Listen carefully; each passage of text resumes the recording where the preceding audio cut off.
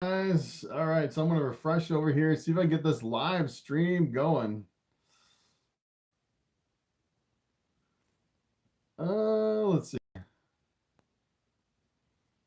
All right, looks like we are live. All right. Cool. Switch over to live chat. Got you here. Hey, Michael, first, congratulations. What is going on? Punk Rocker, what is up? Quick on the draw. You guys are really quick. Wow, look at that. Second, yeah, second. You're like you're already like we're already like the 20th already. It went from like 1 to 20 in just like a flash. It's kind of crazy. What is going on? Lots of people in the chat already. Family Man, Jose, Punk Rocker, Hella Mad. What is going on? What's up, Jennifer? Powerbox. Let's see. Just got off a 6-month food strike today. Yeah, it's always happy. That's a happy day when your snakes will finally eat, especially after a really long fast. Sometimes it's really a big relief, especially with ball pythons. What is going on, Jason? What is up, Manuel? Let's see. Hello, Mad. What do you think about breeding super worms? So I actually did different insects for a while. I pretty much had the best success with dubia roaches. It seems like it's the easiest with, it seemed like with the worms, it was a little bit more difficult because a lot of times in the substrate, you have all these tiny little worms. Sometimes it's really hard to get them out of the substrate. So, what's up, Jason Smart? I'd be surprised if you actually read this. Yes, I am reading all the comments, believe it or not, but I have one ball python. Congratulations. Family Man, Bobby is so awesome. Yes, he is pretty awesome. Usually I can stay on top of the comments until we get about, half an hour into it. And then I'm like so far behind. Sometimes I'll skip ahead. Let's see. Do I have any other reptiles? I actually have a Greek tortoise and I have some crested geckos. And I have a Pac-Man frog too, as far as my other reptiles and amphibians. Punk Rocker, how long should I wait to repair my female after laying eggs? Yes, so after it lays eggs, I would probably like give it a bath, change the substrate, and see if you can get it on food as soon as possible, right after it lays eggs. Sometimes I've actually had ball pythons go back on food like within a few days after laying eggs, so I definitely keep trying that. Oh, all right. See, I'm already far behind. What's up, Hunter Chavez? Female 2-year-old ball python hasn't eaten on a food strike. Tried assist feeding, still on a hunter strike. So, yeah, so technically a 2-year-old ball python, really you shouldn't assist feed anything that has eaten before. So 2-year-old, I definitely would not assist feed. Really, the only one you want to assist feed is like a hatchling ball python that has never eaten before. And pretty much the only thing you can do is try different foods. You can kind of mix it up a little bit. Sometimes you just have to kind of wait it out on those 2-year-old females. Just keep offering every single week. Michael Skaggs, just got my 40-gallon tank. The marketplace guy did me wrong. Didn't tell me he glued the right door shut. Bummer. CT, my problem sometimes poos up a small amount of blood with his stool. Is this normal? I've never really seen that before. And I'm not too familiar with the Pueblan. I believe that's a milk snake. So I'm not too familiar with those and what could cause that. I would probably see a veterinarian on that one. Riley Sproles, how often should I feed snake a small rat? So I tend to offer at least every week or every week and a half to pretty much all my ball pythons. And a lot of times what I'll do is I'll give them like 30 seconds to take it, maybe at the most, and then I'll move on to the next snake. I don't really worry about it. Sometimes if they're really interested, I'll give it a little bit more time, but usually I just move on to the next snake. Thinking about getting into leopard geckos. Nice. Brittany Doggett. Hey, Chris, thank you for doing these live streams. Yes, sure.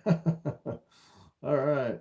Jose Quintanilla.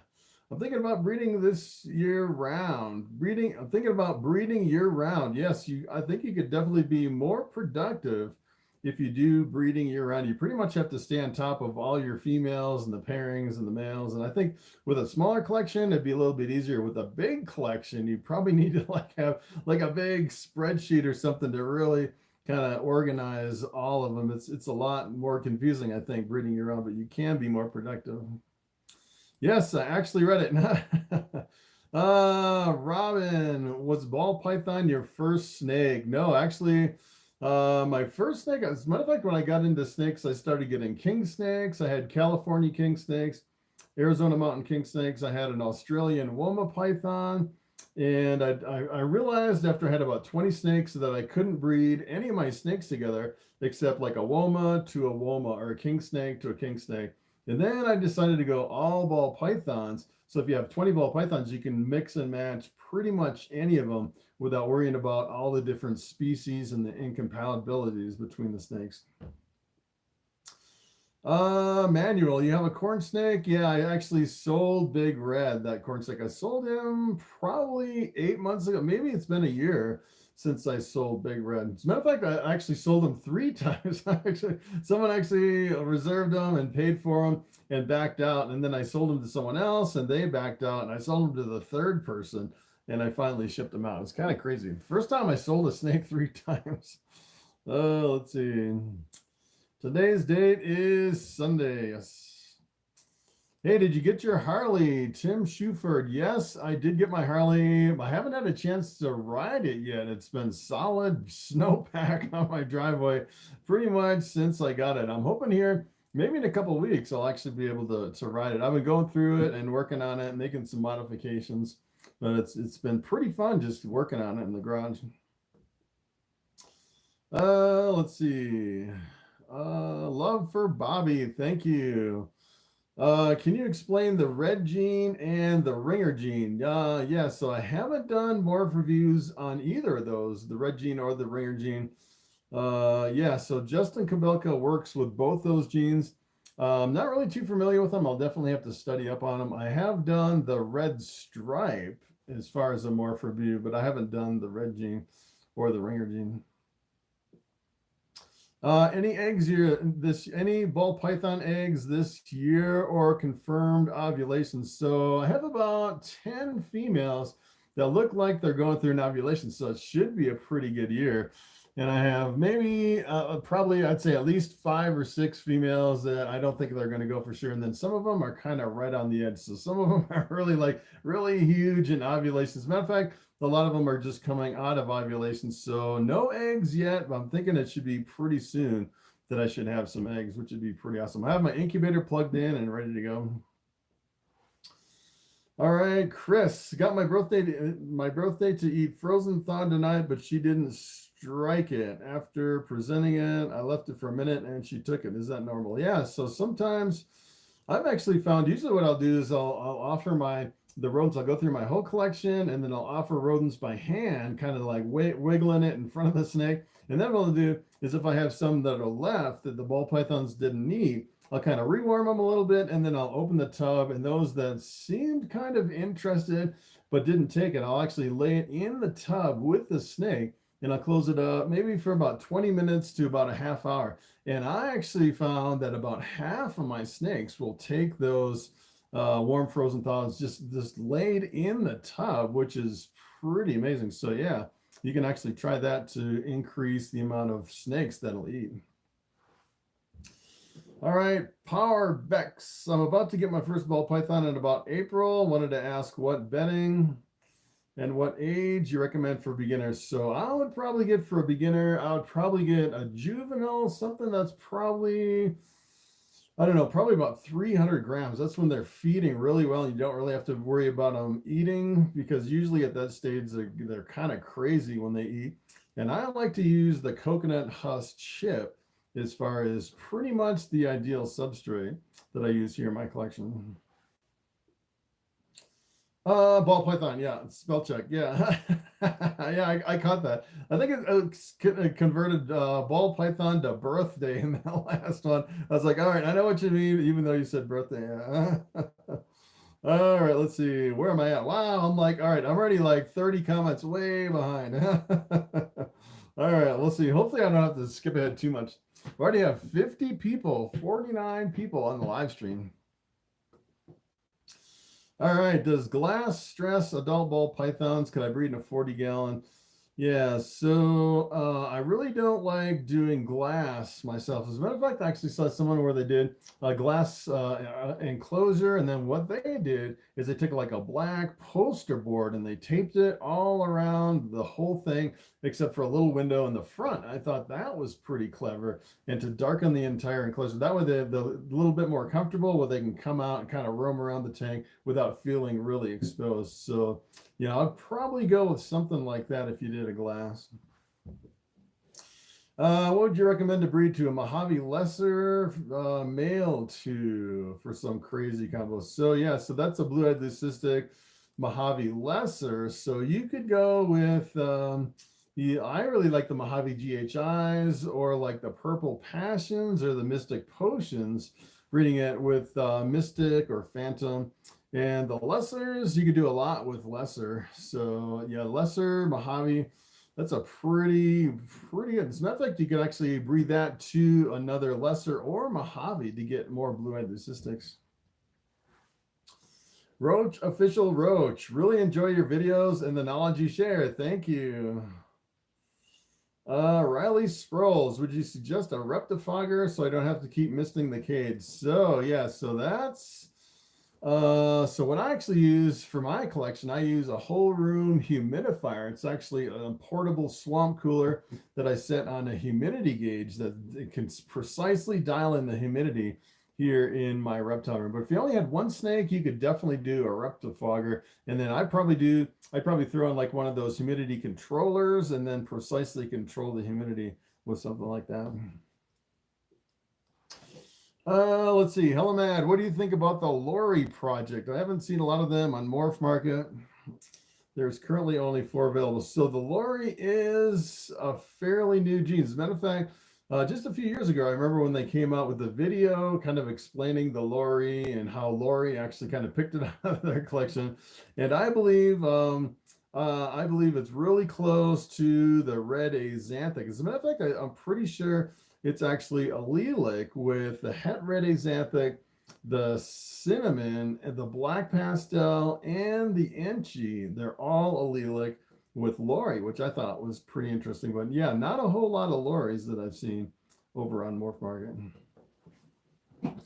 All right, I had corn snake and a breeding pair. They were my first preferred ball pythons. Yes. Let's see. What do you think about the ban on shipping reptiles in the state of New York? Yeah, so that is a problem. It seems like there's more and more restrictions, and it seems like a lot of them changed. So for a while, we actually had the reticulated pythons on the Lacey Act, where you couldn't ship a reticulated python across state lines, and that pretty much killed the whole reticulated python industry for quite a few years.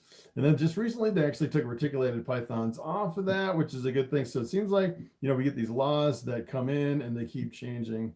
So it's hopefully it'll actually change at some point in New York. Love your videos. Thank you, Jason Smart. Let's see how far behind I am. Not too far. All right. Let's see. I just bought a banana clown male today, 2 years old. Now I have 5 ball pythons. Nice. Way too addicting and waiting on having paid for a black pastel blade het clown. Awesome.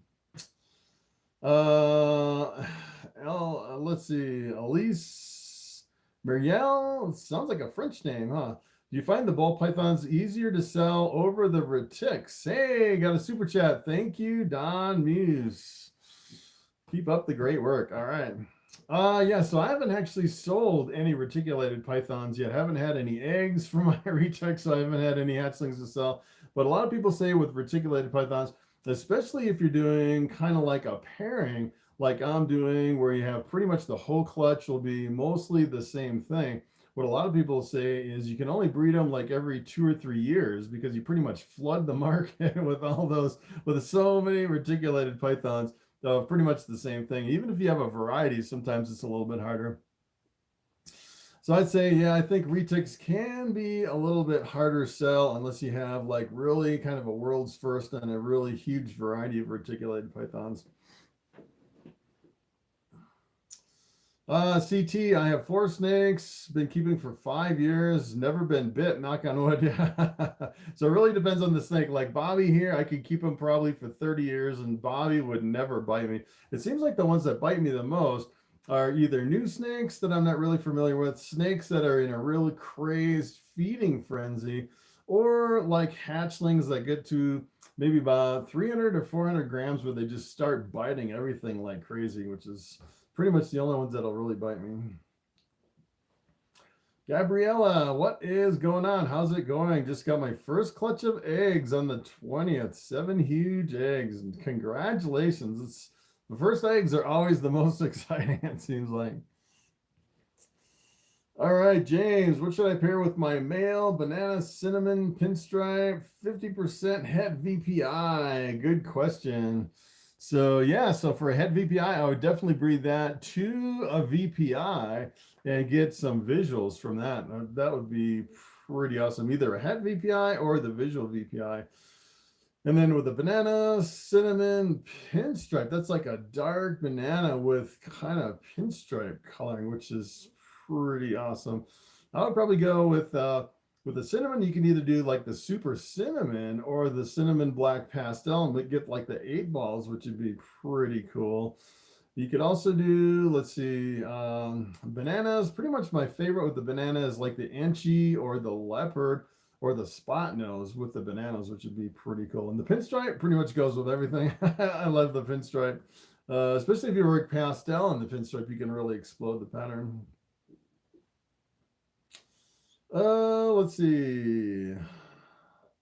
I have a banana, pinstripe, leopard, 100% het clown. What should I breed him with? He's still a juvenile.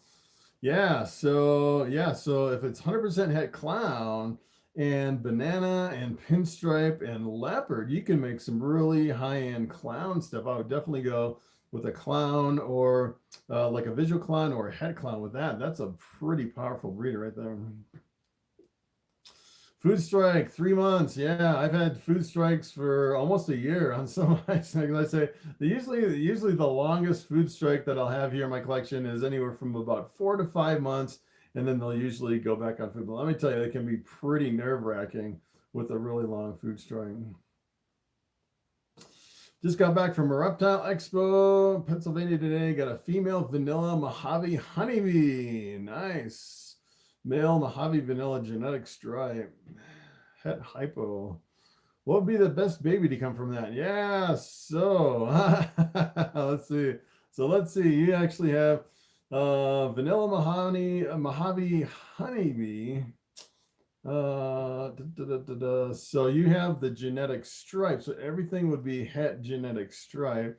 You would get super vanillas. I absolutely love the super vanilla combinations with vanilla honey. So if you get the other genes in with the super vanilla, that would be probably the best. You'll also get the super Mojaves, which is an all-white snake, which would mask all your other genes too. So that's a pretty good breeding. Can you tell what kind of banana you have? That's a good question. Sometimes you can pick out the other genes in a combination, and sometimes you can't, especially banana. A lot of times banana can really mask a lot of your color genes. So a lot of times if you have like pastel in with your banana, it can completely mask the pastel in some cases. Let's see.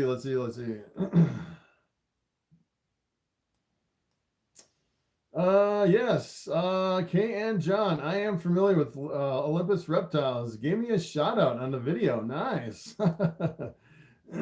I don't get too many shout outs on videos, but that's pretty awesome. All right, Joe, I just tried a baby chick after 3 months of my pastel female not eating. Will she go back on frozen?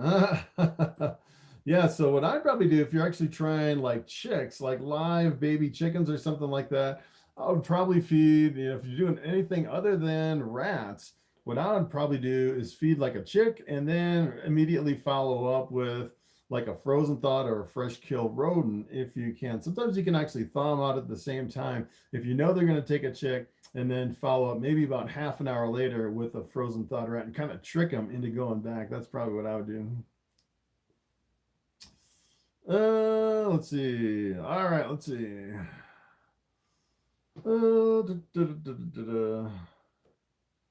All right, Bobby.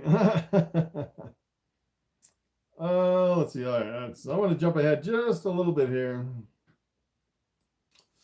Why not go for the super gravel instead of the highway? They look the same and don't have to worry about its offspring if it's gravel or yellow belly. So so the super gravels, as a matter of fact, you actually can tell the difference between a super gravel and the highway. Usually the super gravel will have a little bit more like striping down the sides, almost like lightning down the sides, versus if you actually just look at the highway. And usually the super gravels go for a lot more money than the highways. Yeah, if you can actually afford one, if you can make one and produce super gravels, that would definitely be the way to go. What is up, Moonstone? Yeah, I'm like way behind on the comments. All right. Let's see. My husband wants to breed his female lesser head axanthic to my male axanthic. What would we get out of those two? Yeah, so a lesser head axanthic, you would get axanthics and you would get lesser axanthics out of that combination. Or yeah, so be this female lesser het axanthic. Yeah, so if you actually took a het axanthic and bred it to a het hypo, that could be diluting the hets kind of it. Yeah, actually you end up with 50% het hypo, 50% het axanthic. I really don't like to really dilute too many genes down like that where you get possible hets and 50% hets. Kind of dilutes things down the road, but it really depends on what you're going for. All right, let's see. Have you ever shipped across border into Canada? So I've actually had some people ask me if I could ship some snakes into Canada. Kind of the interesting thing is I started getting some quotes and they go for, I'd say anywhere from like $550 to like $800 just for shipping a snake into Canada, which is crazy. And I really don't have that many snakes I don't have any snakes that would really be worth it to ship it into Canada, unless you were buying like 10 snakes or something like that. So I haven't really shipped into Canada. What is up from Italy? Wow, all the way from Italy. That's crazy. Let's see. Reggie. I can't tell if my ball python is a male or female. Isn't it possible the hemipenes are small since he's a 4-month-old? Yeah, so I was also made aware that I'm able to use a reptifogger. Yeah, so popping hemipenes can be kind of tricky, especially if you don't know what you're doing. So what I actually do is I take a probe kit and I take a metal probe, I put some lubricant on it, and I insert it in the pocket of the hemipene. If it goes way in, then you know you have a male, and if it goes about halfway in, you know you have a female. And let me tell you, with the probe kit, it's a pretty much 100% thing where you're not guessing if it's a male or a female. So I would probably, you can actually look back at some of my old videos on how to probe a ball python. I think I have like maybe 5 videos on probing snakes, so you can actually do that, which is pretty cool. What's up, Bango? Let's see, DC. I asked a week ago if I should keep up trying to pair my 2 ball pythons with your advice. I have, and then they saw they locked today. Awesome, nice. Yeah, so I actually stopped pairing my ball pythons right now. So I'm pretty much, I stopped pairing about a week ago. All right, Bobby. There we go. All right, Bobby. Your first clutch, yeah, that would be awesome, DC, for your first clutch.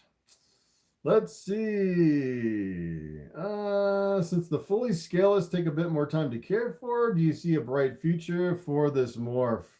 That is a good question. So if you actually look at like the scaleless corn snakes, and there's actually scaleless rat snakes that I've actually seen, beautiful scaleless rat snakes.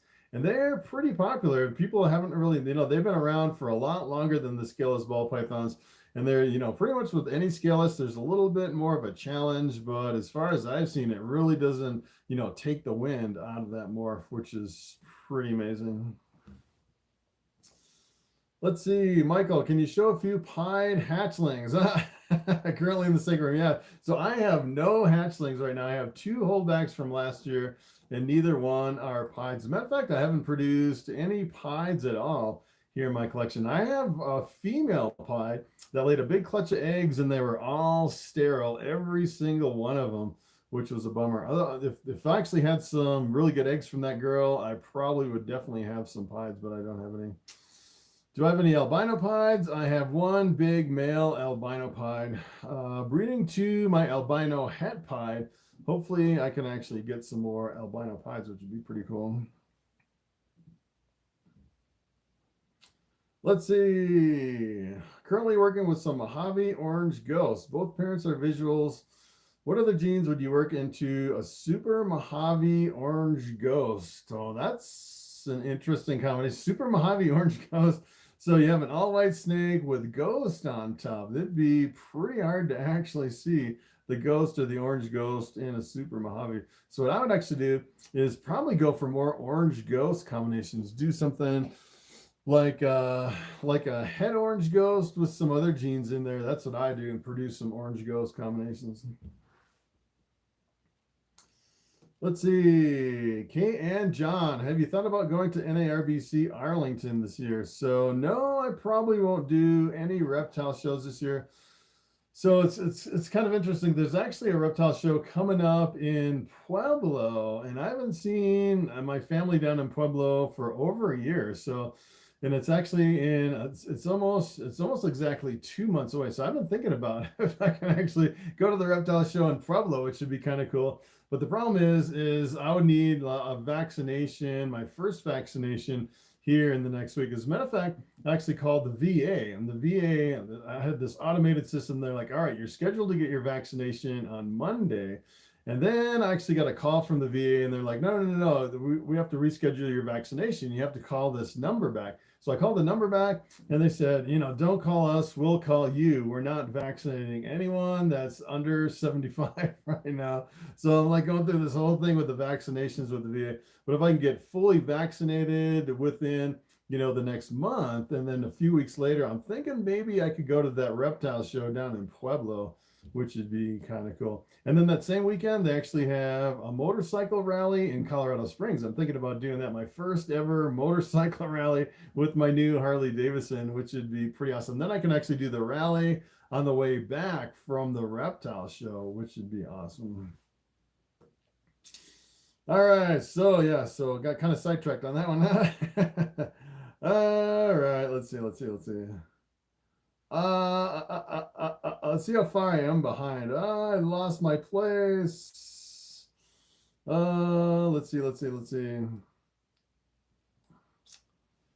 All right, manual. My 800-gram male ball python bit my hand while he was sitting on it, and I couldn't get him off for 10 minutes. Have you ever seen something like that? I didn't touch any rodent that day. So yeah, so I have seen ball pythons. It's not very often that a ball python will bite you and hang on like that. It's pretty rare. I'd say it's only really ever happened to me once that I can think of, with hundreds of snakes over the last 6 years. I've only had one ball python grab me and hold on, so it's pretty unusual. And usually even the hatchlings, they don't hang on. So that is pretty unusual, but it does happen.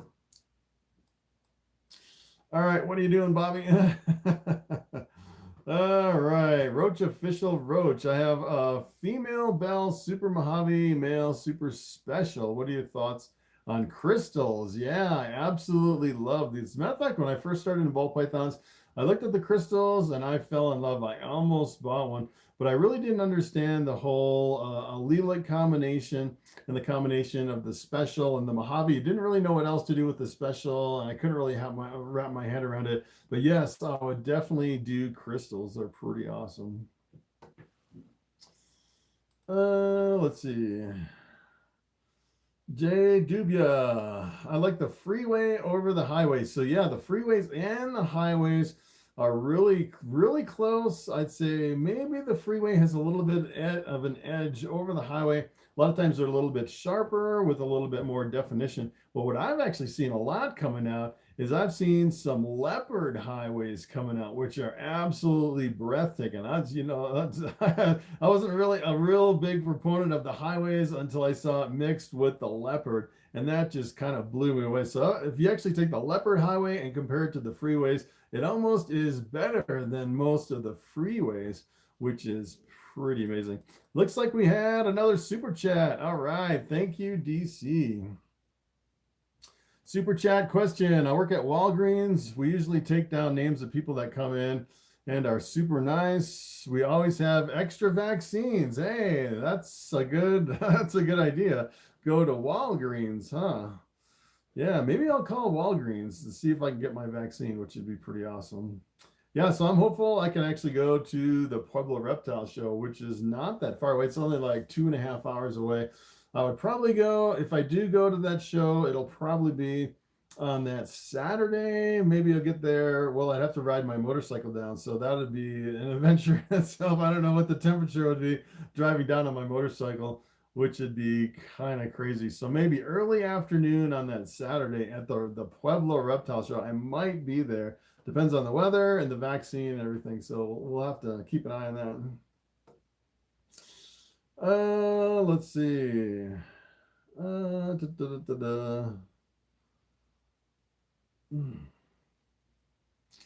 Yeah, so I did make a video on getting a biter off of you about 3 days ago. It was like 14 ways to get a snake that's biting you to let go. So yeah, I did make that video. That was kind of interesting to me because I definitely learned some on that one too. All right, let's see what we got here. We're making some progress on all these questions. Wow. All right, let's see. Billy Hart, everything. Chris, what are your thoughts on leucistic ball pythons? Are they more vulnerable to genetic disorders? That is a good question. I also saw another super chat. Thanks for that. We'll get to that in a second. So this one, yes. So the blue-eyed leucistics, they can have some genetic anomalies, but I don't think they're really serious. Usually with the blue-eyed leucistics, pretty much the biggest thing is they either have really big eyes or really small eyes. That's pretty much the only genetic weird thing about the blue-eyed leucistic ball pythons. And I don't think it really hurts them to have the big eyes or the small eyes. All right, so another super chat. Thank you, DC. Don't call, go in and be really friendly. Yeah, so that's the problem is I'm not going in any building, so I'm pretty high risk when it comes to the whole virus and everything, especially since I have a lot of lung problems, which I've been struggling with for, a long time. So I definitely do not want to get the COVID. So I really don't go in any building if I can help it.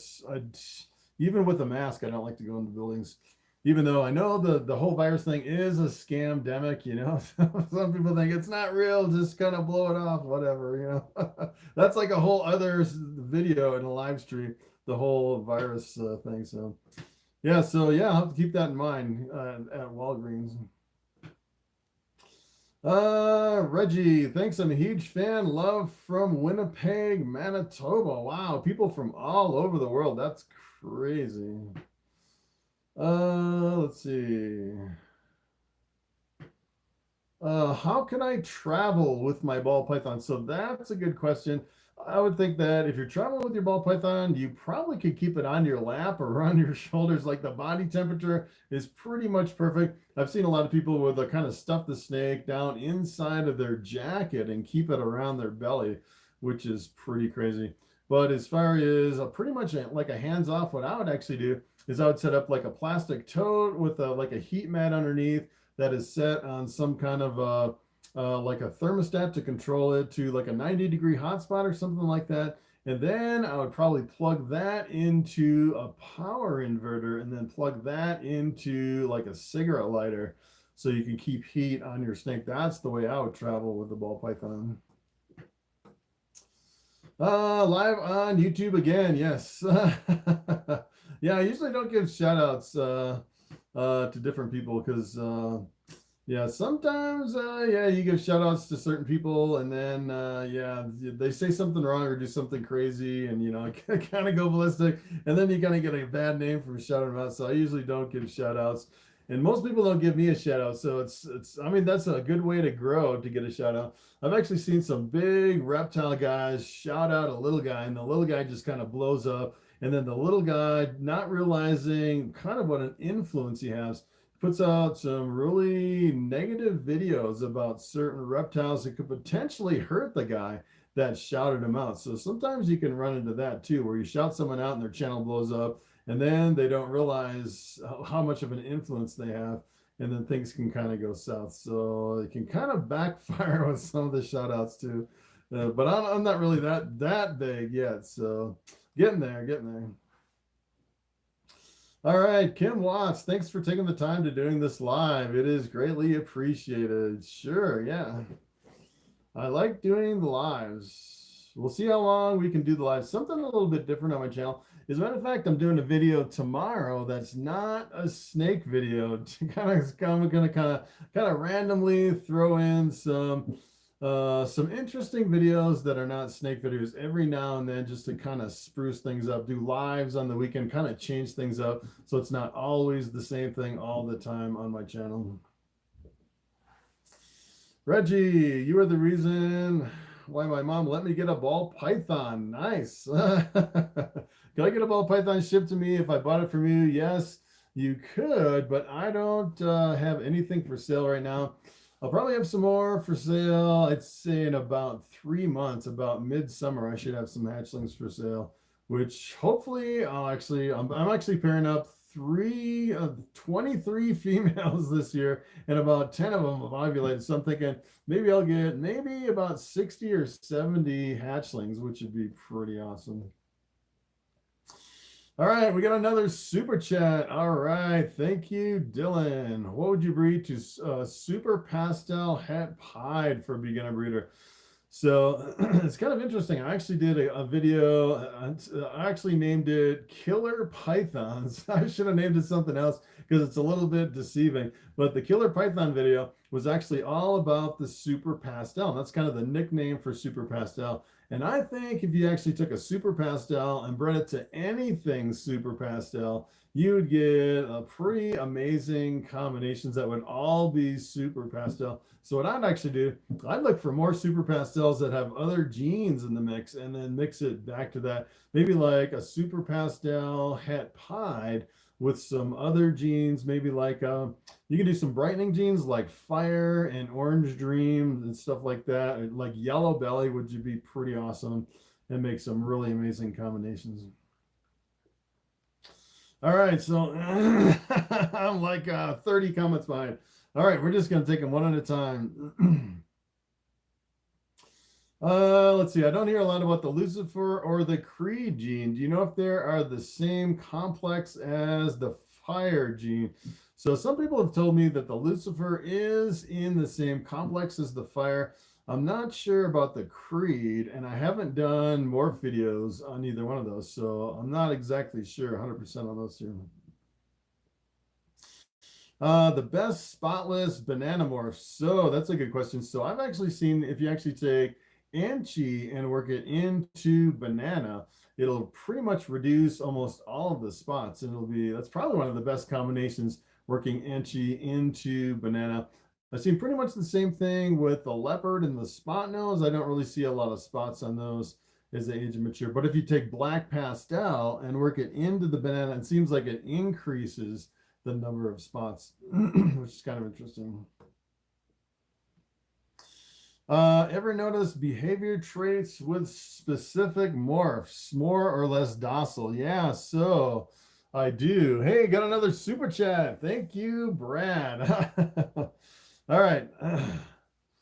Let's see. All right, so I'm going to get to that super chat question there. Let's go back to the behavior traits with specific morphs. So yeah, I do see different behaviors with different combinations or different morphs. So example, with Bobby here, the snake that I have around my neck, this is a bamboo ball python. It seems like the bamboos tend to feed a lot better than pretty much any of the other snakes that I've actually had, especially as hatchlings.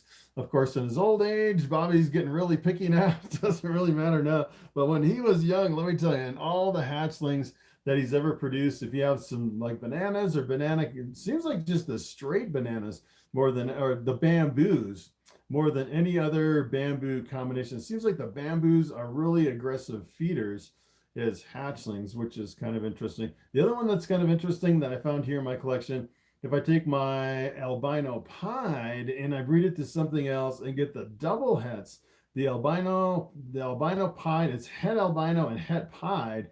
Those things are ferocious. It seems like I got bit more than from those double heads than any other hatchlings that I've ever had in my collection. As a matter of fact, I actually did one where I think I named my video probing snakes and taking lots of bites or something. And almost all of those snakes that I was probing were all double hets, het for albino and het for pied. For some reason, they're just crazy bitey, which is kind of interesting. It seems like it really depends on the morph. All right, let's go down to the super chat question. Let's see. Dude, you're awesome. I love your vids. They make my work go by super fast. Thanks for the help on my question. Thank you. Awesome. Thanks for the super chat.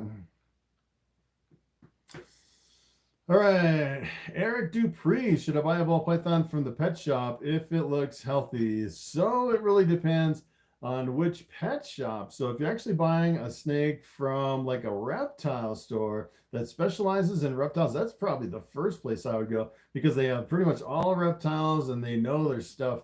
Versus if you go to like a big box store, sometimes they'll have, some of these will have regulations against feeding live mice to hatchlings, and sometimes the hatchlings can kind of waste away. And sometimes you get employees that really don't know what's going on. But usually with your specialized reptile stores, you'll know that, a lot of them really know their stuff and are really good.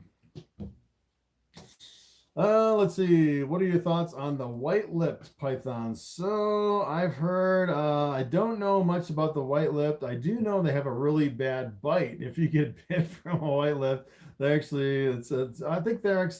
an Australian python related to the Bumba Python. It has kind of the white lips on them.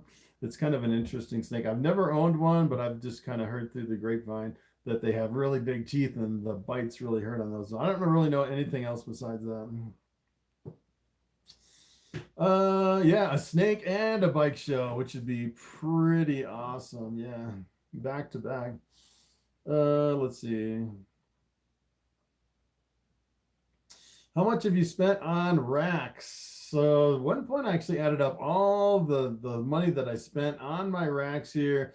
I spent probably, I'd say over 20,000, maybe about 22,000 on racks. If you actually take into consideration like the enclosure that I bought for Lucy out on the pool table, I think I paid about 1,000 for that one too. So I'm up to, 22,000 in racks.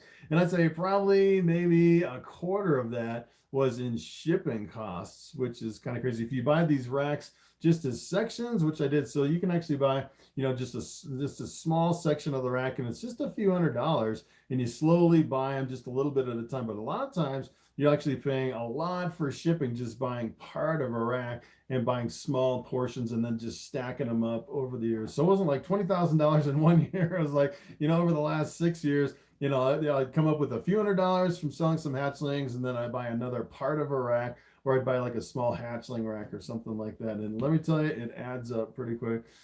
But usually, you always come out ahead because your hatchlings pretty much pay for everything as far as your rack goes, which is pretty awesome.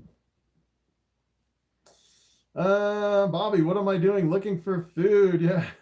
So yeah, Bobby ate 2 rats last week. I was pretty proud of Bobby after not eating for 2 months, which is pretty awesome. And then he ate 2 in a week, which is pretty exciting.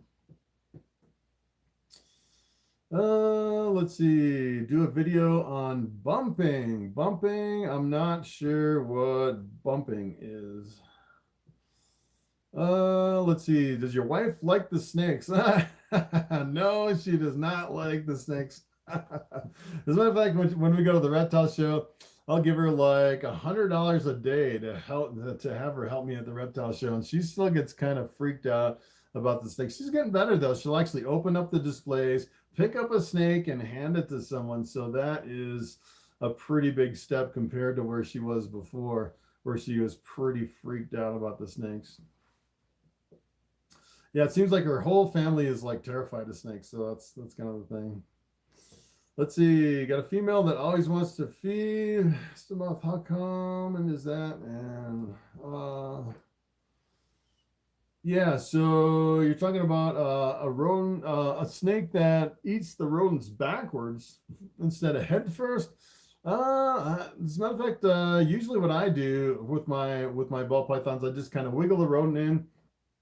When they grab the rodent, I close up the tub. I don't even look at them anymore. But I remember when I first started in ball pythons, I used to watch them all the time, and it seems like maybe 1 out of 50 snakes will actually eat them backwards. It's not that often. And a lot of times, if you're feeding like a bigger rodent, they really can't. The tail kind of interferes with the backwards feeding. If they're feeding backwards, they're probably like a hatchling or like a juvenile or something with a smaller rodent. Once you get to a bigger rat, a lot of times it's impossible to feed backwards because the tail gets in the way as far as trying to eat the rodent from the other side instead of head first. It's usually always head first. All right, let's see. Daniel, what would happen to all of your snakes if I was to die? That is a very good question. Yeah, I don't know. Probably, I'm not sure exactly what would happen to us because it's pretty much up to my wife. Probably we would contact something like a local reptile store, something like one of the stores that specialize in reptiles, and then just sell them through that store. I would imagine they'd probably do something like that. Maybe the family would get the first pick. Maybe the family member would take Bobby. That would be pretty awesome. I really wouldn't want to get Bobby out of the family, and Bobby will probably outlive me because he's only 8 years old now, and he'll definitely live longer than me if he stays healthy and happy for his whole life, which hopefully he will. Let's see. Do you have them in a will? I don't have my snakes in a will. I don't have a will yet. Maybe when I become a famous YouTuber, they'll make me make a will because I'll actually have something to will away. Right now, yeah, I'm just like not really like a rich and famous YouTuber yet. Slowly getting there. Let's see. Why do you only have that one python around your neck and not another one? That's a good question. So actually, this is Bobby's channel, and I'm just here to support Bobby. Bobby is the video star of my show here. So we've been actually going for 47 minutes. Bobby seems like he's doing all right. If Bobby starts getting a little too squirmy, I'll actually switch with Bubble, who is a really super mellow pinstripe ball python, female pinstripe. Let's see. Love your videos from Rhode Island. Thank you, Hector Sanchez. All gas, no brakes. What's up? CT from Edmonton, Alberta. What is going on? What gene would you breed with a bumblebee? So keep in mind the bumblebee is actually the combination of the pastel and the spider. Now what I would probably do is I would go something like if you're going for really bright snakes, you could do something like yellow belly. If you add yellow belly to a bumblebee, you get a really enhanced brightening of the combination of the yellow and the spider.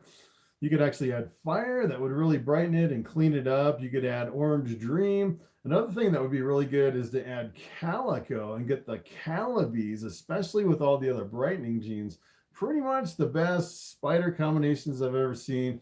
If you actually add calico and then all the other brightening genes like the yellow belly and the pastel, you could actually do another pastel and do the super pastel, which would be pretty awesome too.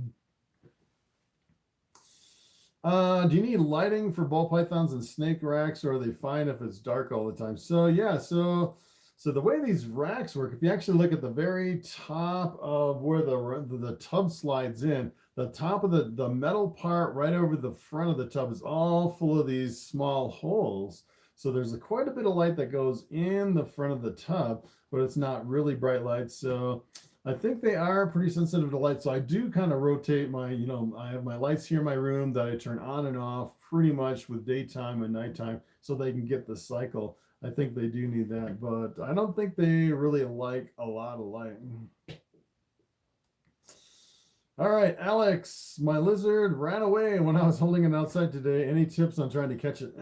So yeah, lizards outside, I don't know. Depends on what type of lizard. I actually saw some lizards that are super fast. I'm not exactly a lizard guy, so I don't know a good way to catch a lizard that's running outside without hurting it. So that may be kind of tricky.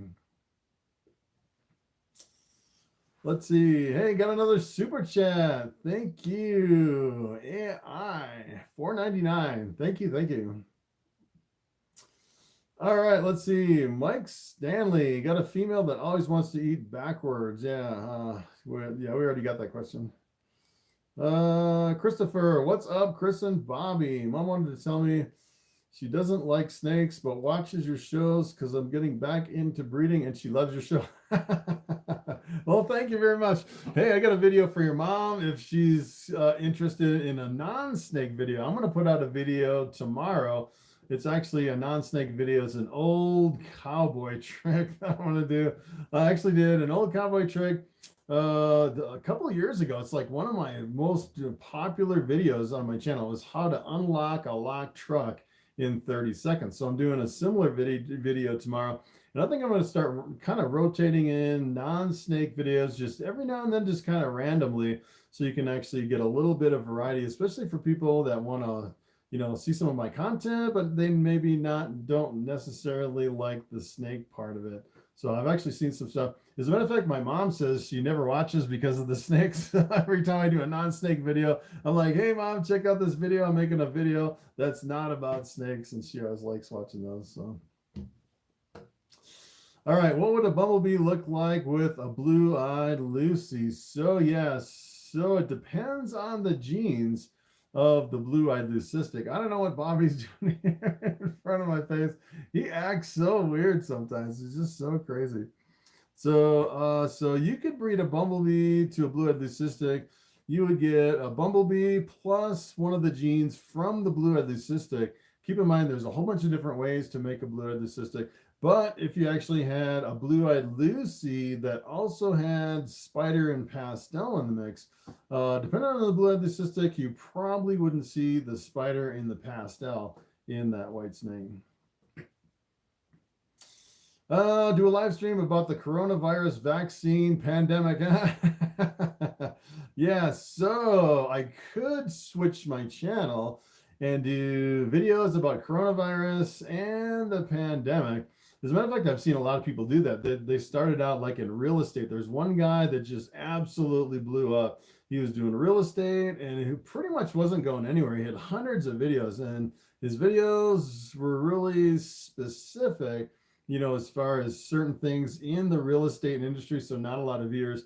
Then he switched over to doing the virus and the vaccines and everything. His channel absolutely blew up, and then he got demonetized, which was kind of crazy. And then they pretty much stripped him of all the money, so he didn't make any money, even though his channel was really blowing up. Then I think he hit like 500,000 subscribers, and I can't remember what he was doing. He said something about a treatment for the virus, and they pretty much I don't know what they call it. It's called like blacklisting or something, where his views went down to almost nothing, which was absolutely devastating. He get on there and he said that they completely destroyed my channel. I was like, I felt so bad for the guy that it's like, it was so exciting that his channel exploded, and then they stripped all the money, and then he said something wrong, and then they pretty much completely destroyed his channel. So I pretty much stay away from all this stuff like that, the virus and the vaccine, and leave that for other people. Pretty much just doing ball pythons with a couple other random things thrown in, some birds and some random videos here and there. What's up, Odie in the house? All right, what's up, Odie Coffee?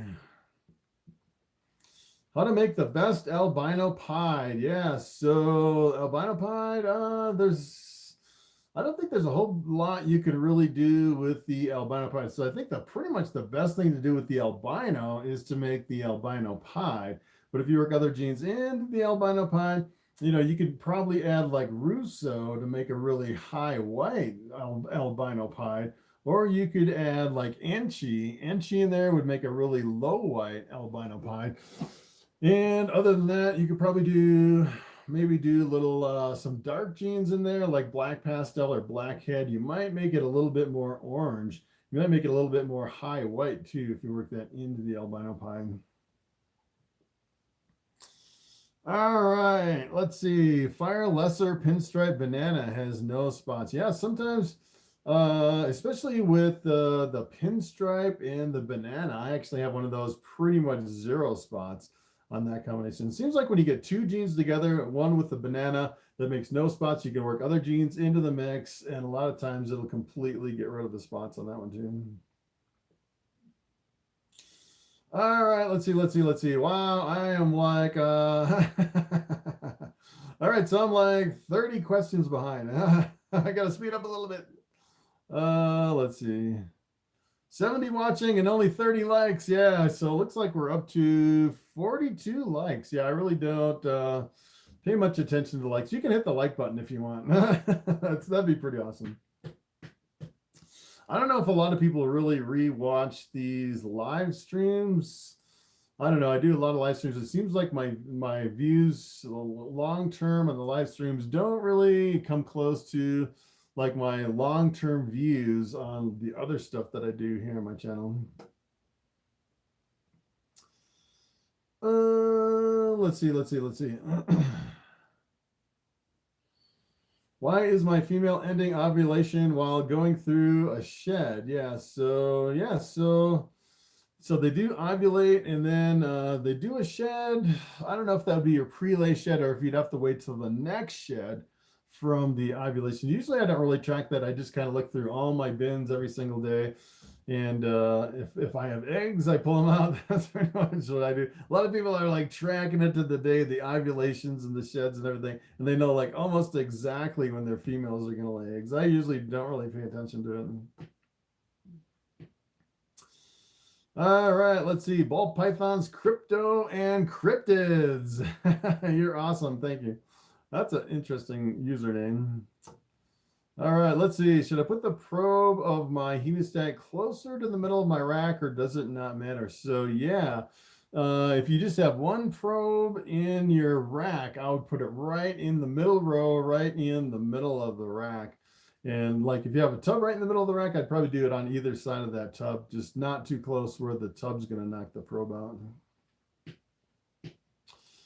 Yeah, make me famous. Yes. All right, so I'm going to switch Bobby. It's coming. I can tell, like Bobby, he hits like, we're at 57 minutes. He hits like an hour and he wants to go back in his tub.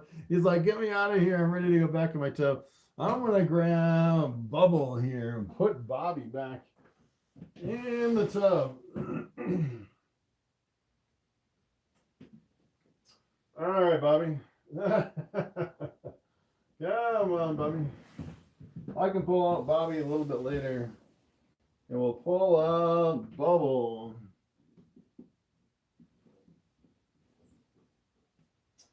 And this is Bubble. I don't know if Bubble's going to lay any eggs this year. She laid really late, and she didn't really need to eat enough rodents before she went off of food again. So, but she's a really friendly snake. All right, Bubble. All right, let's see. All right, Brandon. Hey, I took in a rescue that was maintenance fed, and I noticed it has cracked looking eye. I've been soaking it. I'm not sure what to try. Cracked looking eye could be a stuck shed on the eye of that snake, which can be a little bit tricky. So if I have a stuck shed on the eye of a snake, what I like to do is I like to put them in the kind of the kitchen sink. With warm water, I usually use about 85-degree water in the sink. I use like a little thermometer to measure it.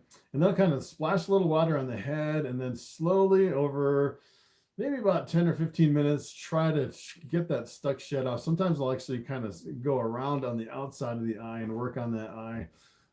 Sometimes it'll actually get stuck on the eye.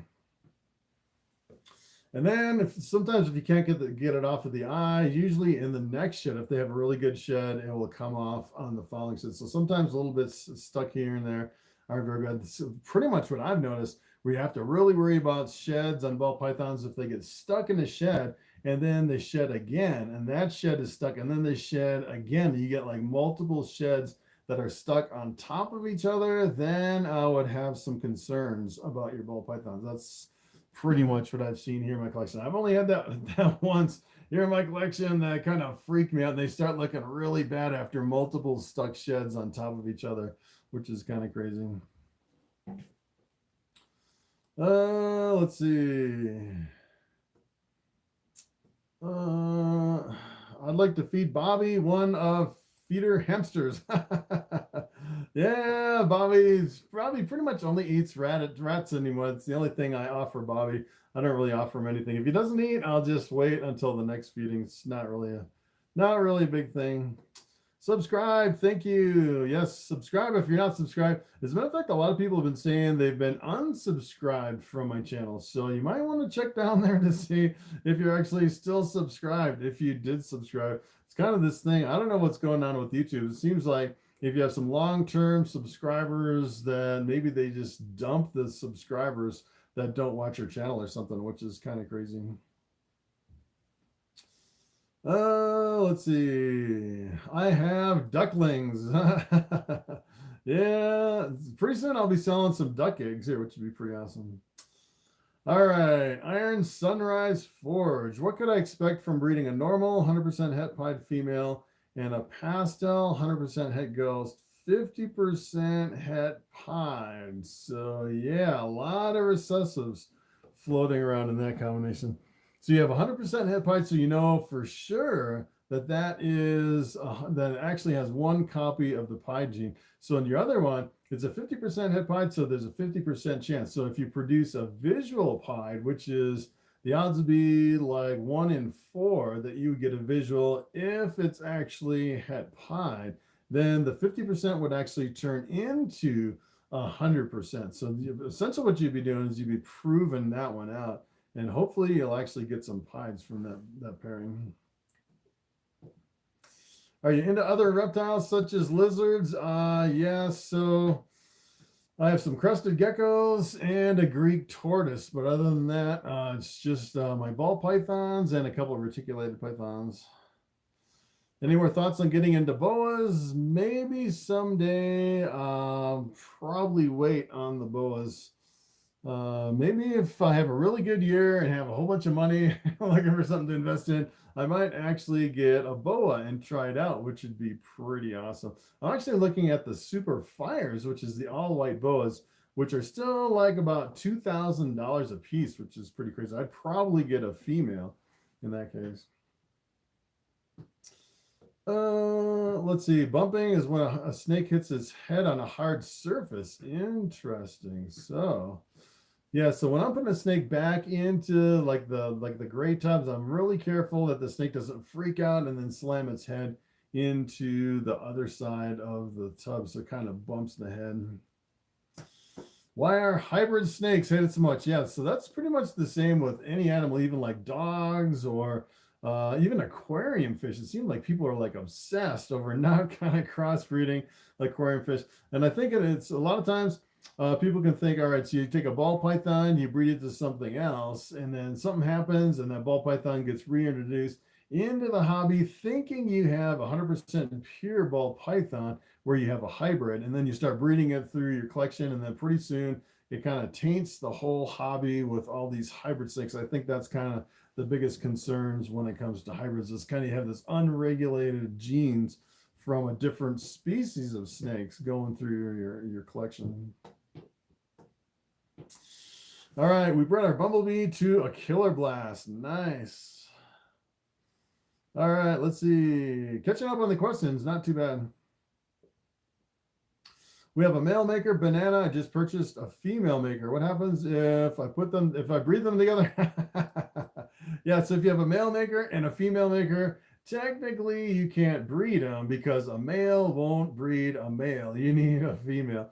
And keep in mind, a female is never a male maker or a female maker. So I've actually had a lot of people ask that question: what if you breed a male maker and a female maker?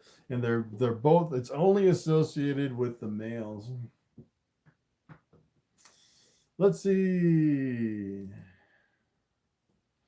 Did your visitor that damaged your fence and garbage can go away? Yeah, so I did have a bear here up on my property. I actually live in the mountains of Colorado at about 9,000 feet, and we did have a bear that came in, dumped over my dumpster once, which is kind of crazy, and kind of damaged the fence over by my chickens. Luckily, I didn't lose any chickens or anything. Haven't seen them lately, which is pretty good. As a matter of fact, actually, oh, come on, Bubble. Ugh. What are you doing? So I had something that actually climbed up on my fence out there by the chickens and knocked down the electric, kind of the handle that you connect the electric with. So I think he was actually around and kind of got shocked by the fence and he left. Luckily, I haven't lost any birds to that bear. I like the video about your bulls. Yes. Yes. I should, yeah. So right now there's like snow everywhere and everything's turning into a swamp because it's starting to melt. So it's not really the best time to actually make some videos out there. I'm thinking maybe in a few more weeks, once everything melts and then dries out, I'll do some more videos of some of my animals outside.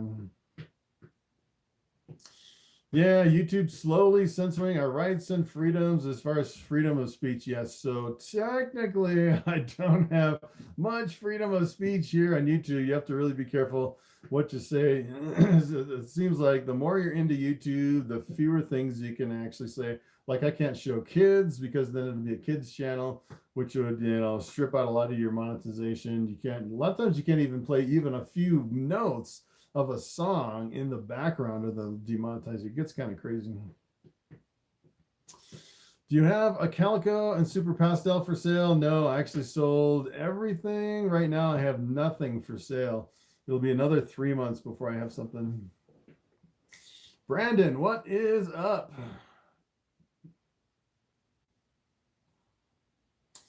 Gavin James, hey man, I love your videos. Just got into ball pythons about a year ago. Still learning a lot from you. Thank you. Nivel 420, are you in Morphmarket? Yeah, so I am over on Morphmarket, but if you actually go over there, it's completely blank because I don't have any snakes for sale. There's nothing over on Morphmarket. Maybe in about 3 months, hopefully I'll actually have some over there. But it seems like they go really fast once I post them over there, which is kind of crazy. All right, Scott Carlin, love what you do. Thanks for all that you've taught me. My first clutch will drop any day. So excited. Pretty awesome. All right. Kim Watts, Bubble is pretty. Yes, yes. This is Bubble. Hey, got another super chat. What is up, CT? My corn snake is orange with red saddles. Would you say it's amelanistic? I have no clue when it comes to, I'm the kind of the ball python expert when it comes to other genes and other species. I don't really kind of follow any of that. So when it comes to, reticulated pythons or corn snakes or anything like that, I'm pretty much at a loss, especially even boas and stuff like that. All I really know really well is ball pythons. Hey, let's see. Robert Bailey. Hey, Chris, how long does it take a ball python to shed from start to finish? So, yeah, that's a good question. So usually when you start seeing the shed, you'll see a little bit of like graying in the snake. When you first notice the shedding, they can go really super dark, like into a gray, and then they get clear, and then they'll shed. So I'd say by the time you notice they're starting to go into gray, it can actually be several days before they actually shed. I'd say probably the most I've ever seen is maybe 4 or 5 days from the beginning signs of shedding all the way until they shed. Sometimes they can kind of surprise you. They can kind of hang onto that shed for a really long time. How much does Bubbles weigh? That's a good question. I would say probably, maybe more than Bobby. Bobby's 2,800 grams. So I'm thinking this one's probably 3,000, maybe 3,200. She's a pretty big girl. Let's see. Sean Greenlee, sheds can rot if you get too many one on another. So I'm not too sure about that. I know if you actually have multiple stuck sheds on the snake, probably the biggest thing is that I've actually heard it can damage their eyes if you have multiple sheds stuck in their eyes. That's probably the biggest thing that I would worry about. Stuck eye cap. You could put a snake in a warm, damp pillowcase. Yes, you can do that. My question keeps getting skipped. This happened to me, happened last time too. So yeah, I've actually noticed, I don't know what's going on with YouTube. Actually, as a matter of fact, I actually went over to NBC News, which I watch on a regular basis. Hey, thanks for the super chat, Steve. Thank you very much. I've actually gone on over to NBC News, and I've made multiple comments over there where they have like 1 million views on a video or something crazy like that. And it seems like every now and then I'll make a comment that has no replies and no thumbs up, but I can actually see my comment. So it seems like every other comment that I make over there just gets completely like blacklisted or something. I don't know if it's like the certain words or the key phrases or something that I'm using, but I've actually noticed that on my channel too, where people say, hey, I've made this comment over and over and over, and I'm making it for the 4th time and nobody can see it, which I don't know what's going on over here in the comment section. So all these comments that I'm looking at, I'm thinking I'm probably missing quite a few of them, which is kind of crazy. As a matter of fact, you can actually slow the chat down, which I'm not exactly sure how to do that, but I've actually seen a channel that'll actually do that. William, what is going on? Baltarium, what's the best way to start a business with ball pythons? What would be your go-to morphs to start? So what I would actually do is I would probably start with probably several adult females if you can find them. They're getting harder and harder to find, but if you can get adult females and then get some males that have kind of higher end genes, a little bit more expensive, breed them into those females, then you'd have a quick return on investment to reinvest into the hobby and to keep your finances afloat. Because a lot of times people getting into ball pythons, what they'll actually do is they'll buy a bunch of hatchlings, and then it won't be 2 or 3 or 4 years down the road until you're actually making money, and you just go deeper and deeper in the hole. And I've seen people kind of get frustrated with the whole ball python thing, waiting for hatchlings. Let's see. YouTube definitely dumps content creators they don't like, even if you subscribe. Yeah, so you gotta have to be careful. Pretty much what's going on YouTube. So as far as my kind of my opinion on YouTube, I just pretty much do the best I can, and YouTube does whatever they need to do, and hopefully they don't completely destroy my channel. So I'm just gonna do this best I can over here on YouTube.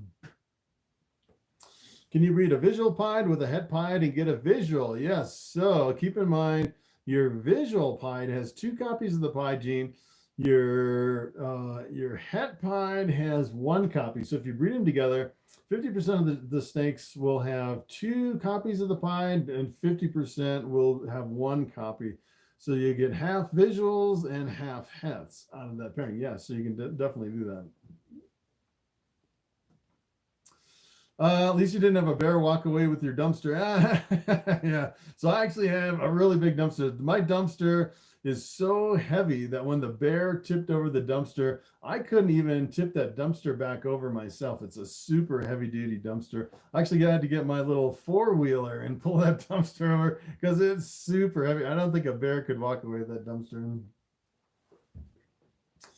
I want to see a corn ball hybrid.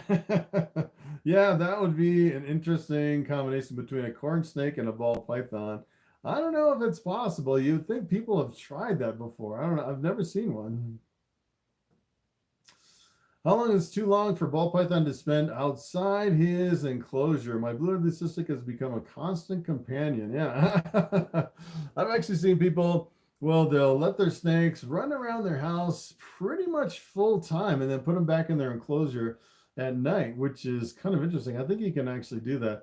As a matter of fact, I've actually seen, like, if you look at the ball pythons in the wild over in West Africa, a lot of times you'll just see them like in groups, just laying like just randomly, like in buildings and stuff like that, which is kind of crazy. I don't think you can really have them out for too long. Finally ordered stickers. All right, William. All right, Baltarian, what would be the best morph to start with? Yeah, so that's a good question. Really depends on your taste. Of course, I'm partial to the bamboos. If I was actually starting out, I'd probably do like a visual recessive to a visual recessive so you get all visuals, or I would do like dominance or co-dominance so you can get instant results. Sometimes it can be kind of frustrating for new people with the hets and the possible hets and all that, with the percentages and all that. All right, let's see. You've taught me so much already. We wait for your videos to come on and we always watch. Thank you. Yeah, so I try to make videos every single day. Although this week I actually skipped a day, which is kind of unusual. What's the best method on mites? Yes, so probably what I would start with on mites is I would try olive oil on the snakes. A lot of people that I've seen have been using olive oil, rubbing it on the snakes, and it gets rid of the mites, which is kind of interesting. If that doesn't work, I'd probably go to like I think it's like Nature's Miracle reptile spray. No, maybe not Nature's Miracle. That's something else. But I think it's called reptile spray that you can spray it directly on your snake, but it's pretty toxic. You don't want to spray it day after day. I think you only want to spray like every 3 days with that stuff. So it's been a long time since I've had mites here in my collection. Let's see. All right, so we're catching up on the questions. All right. We've been going for an hour 16, 67 people still on the line. 59 thumbs up. Thank you for the thumbs up. I was thinking maybe going 3 hours, but we'll see how we're doing. Usually if we get down to like 40 people, I pretty much call it quits. We're still at like 65. Sometimes, people kind of, really depends on what's going on too. And today is the Saturday. Seems like we do better like on a Sunday versus the Saturday.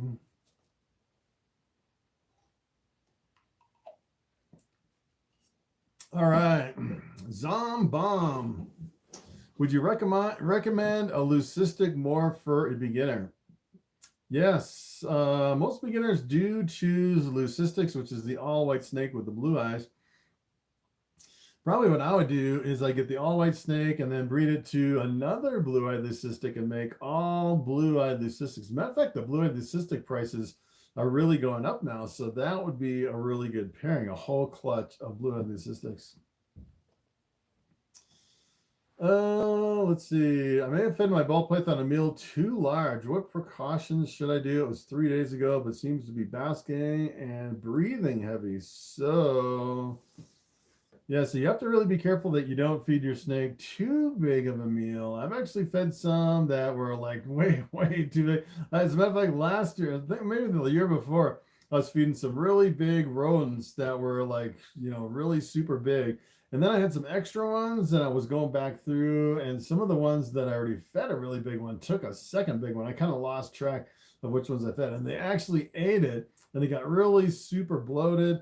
And as far as I know, I don't think there's really anything you can do besides just really watch them really close. Probably the biggest risk would be like a regurgitation or something like that. But the heavy breathing, I don't know if that would be caused from eating too big of a rodent, unless it would actually regurgitate. So you might have something else going on with that heavy breathing. Let's see. Can you help us one-on-one online or something? No, so I really don't do any kind of consultations or anything like that. Pretty much just do live streams. So if you have any questions, you can ask them here on the live stream.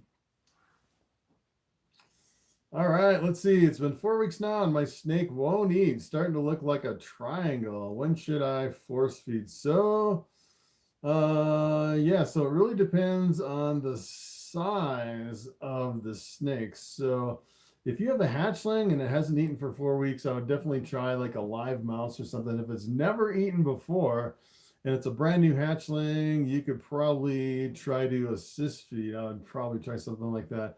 But if it's actually eaten several rodents and it's well on its way to becoming, you know, a juvenile or something like that, that's pretty much, I would never force feed an adult ball python.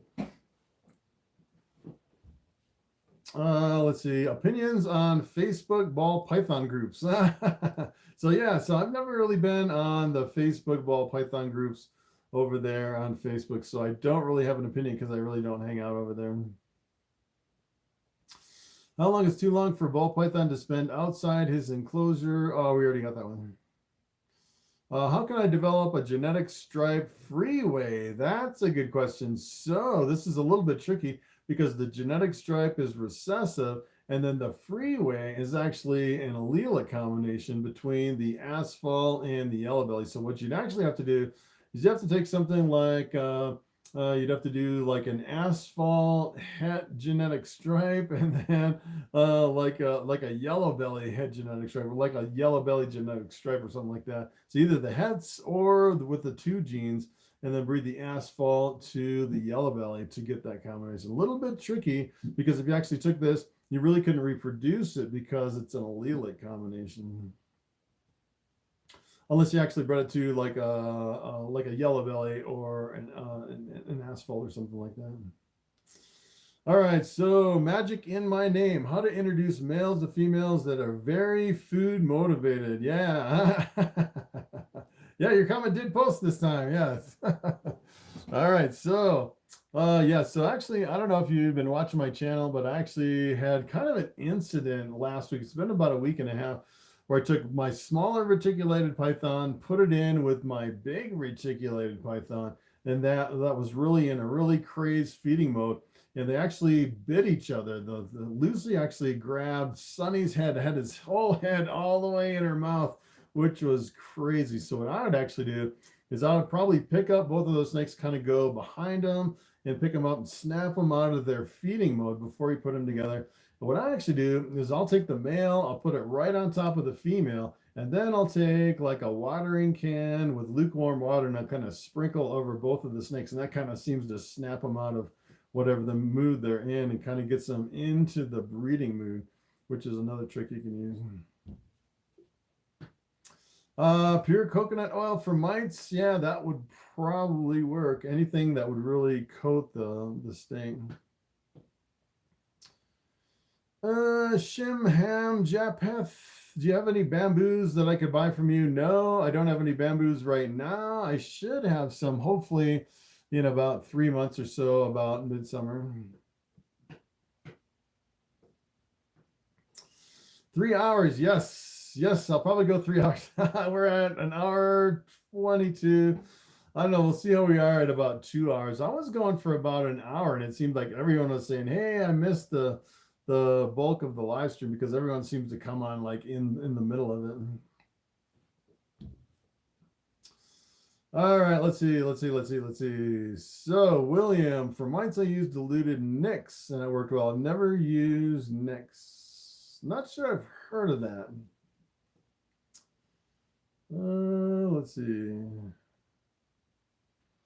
How often should you feed a corn snake? So that is a good question. So when I had Big Red was pretty interesting because it seemed like he would always eat. He was just like a tiger when it came for food. He would just eat and eat and eat until he got bloated with food. And it got to the point I was feeding him every single week. He was eating like a pretty big size rat compared to that corn snake. He was eating rats. And he got to the point where he's just completely obese. He was like super fat.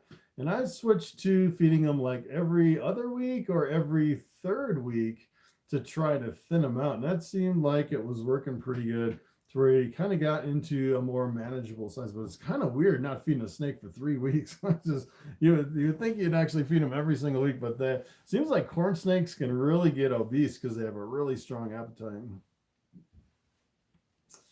How do you tell the difference between a pastel clown and a killer clown?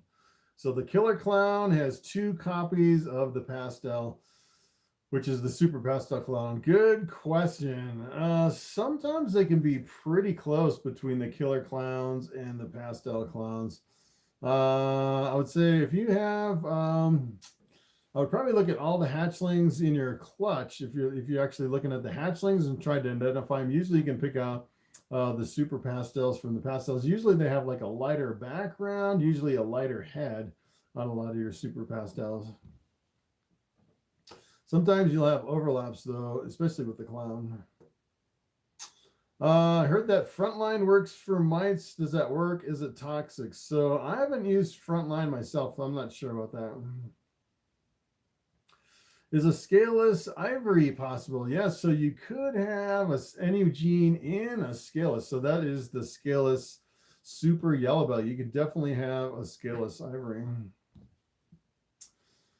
All right, let's see. Balterium, does cinnamon and fire cause the whitetail ringer? So I would say, I don't think fire really necessarily causes the whitetail ringer, but cinnamon, it seems like a lot of times if you have cinnamon, especially with the super cinnamon, or if you have like het pied in with the super cinnamon, a lot of times you can get the ringers, the white ringers on the tail. Almost looks like a pseudo pied coming around part of the tail on a lot of your cinnamons and a lot of your cinnamon combinations. Or if you do like cinnamon black pastel, a lot of your 8 balls can have the ringers too on the tail. Let's see. What is the latest frontier of ball python breeding? The tip of the blade, latest, rarest genetics. The latest frontier. I don't know. Yeah. I would say probably the biggest thing on the ball pythons, it seems like with the whole pandemic thing, a lot more people are getting into ball pythons. It seems like it's becoming more and more popular. And it seems like the prices are increasing too, which is kind of the big thing with ball pythons right now, which is pretty amazing. Are banana and coral glow the same thing, says Jamie Regular. I actually had a video comparing the banana and the coral glow side by side, and I went over all the differences, and I'm convinced that the bananas and the coral glows are pretty much the same gene. Both of them are the only 2 genes that develop spots as they age, and they're the only 2 that are sex-linked.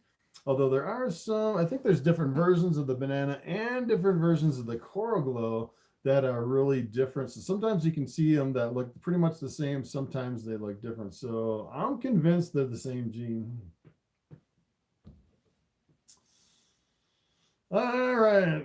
Icon Vlogs. Thank you for subscribing, Chris. Yes. So I'm subscribed to a lot of channels.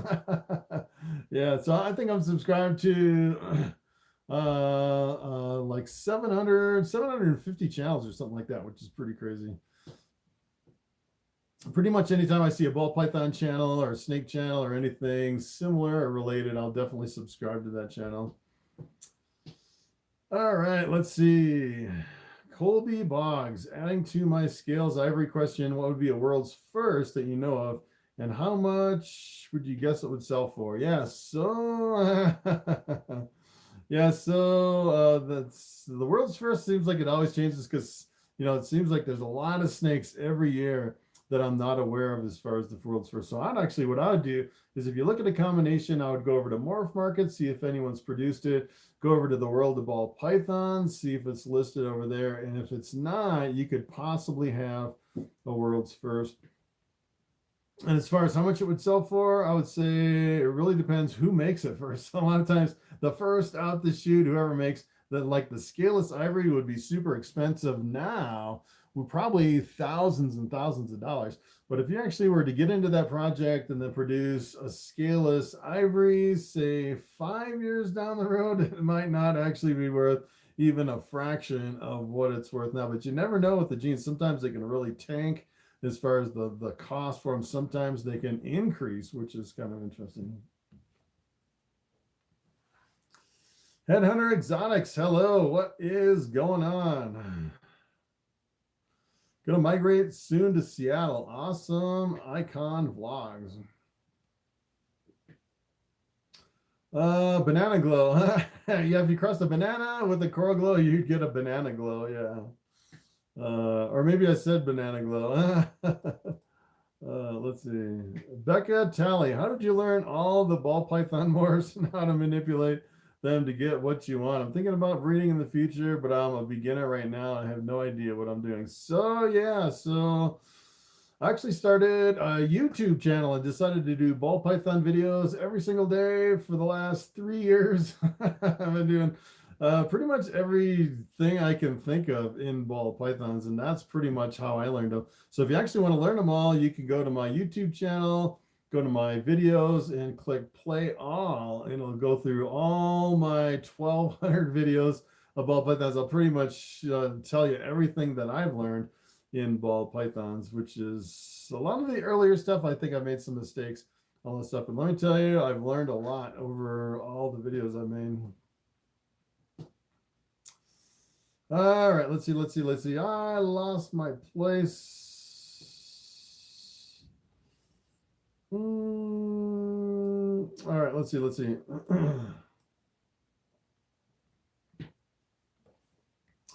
Yeah, Icon Vlogs, but you subscribe to me even if I'm gaming. Yeah, so sometimes I'll actually subscribe to random channels over here on YouTube, especially if I come over here and look at, like, you know, if people are really interacting a lot in the chat, sometimes I'll actually go over and check out what they're doing over on their channel and then just subscribe to their channel to help them out.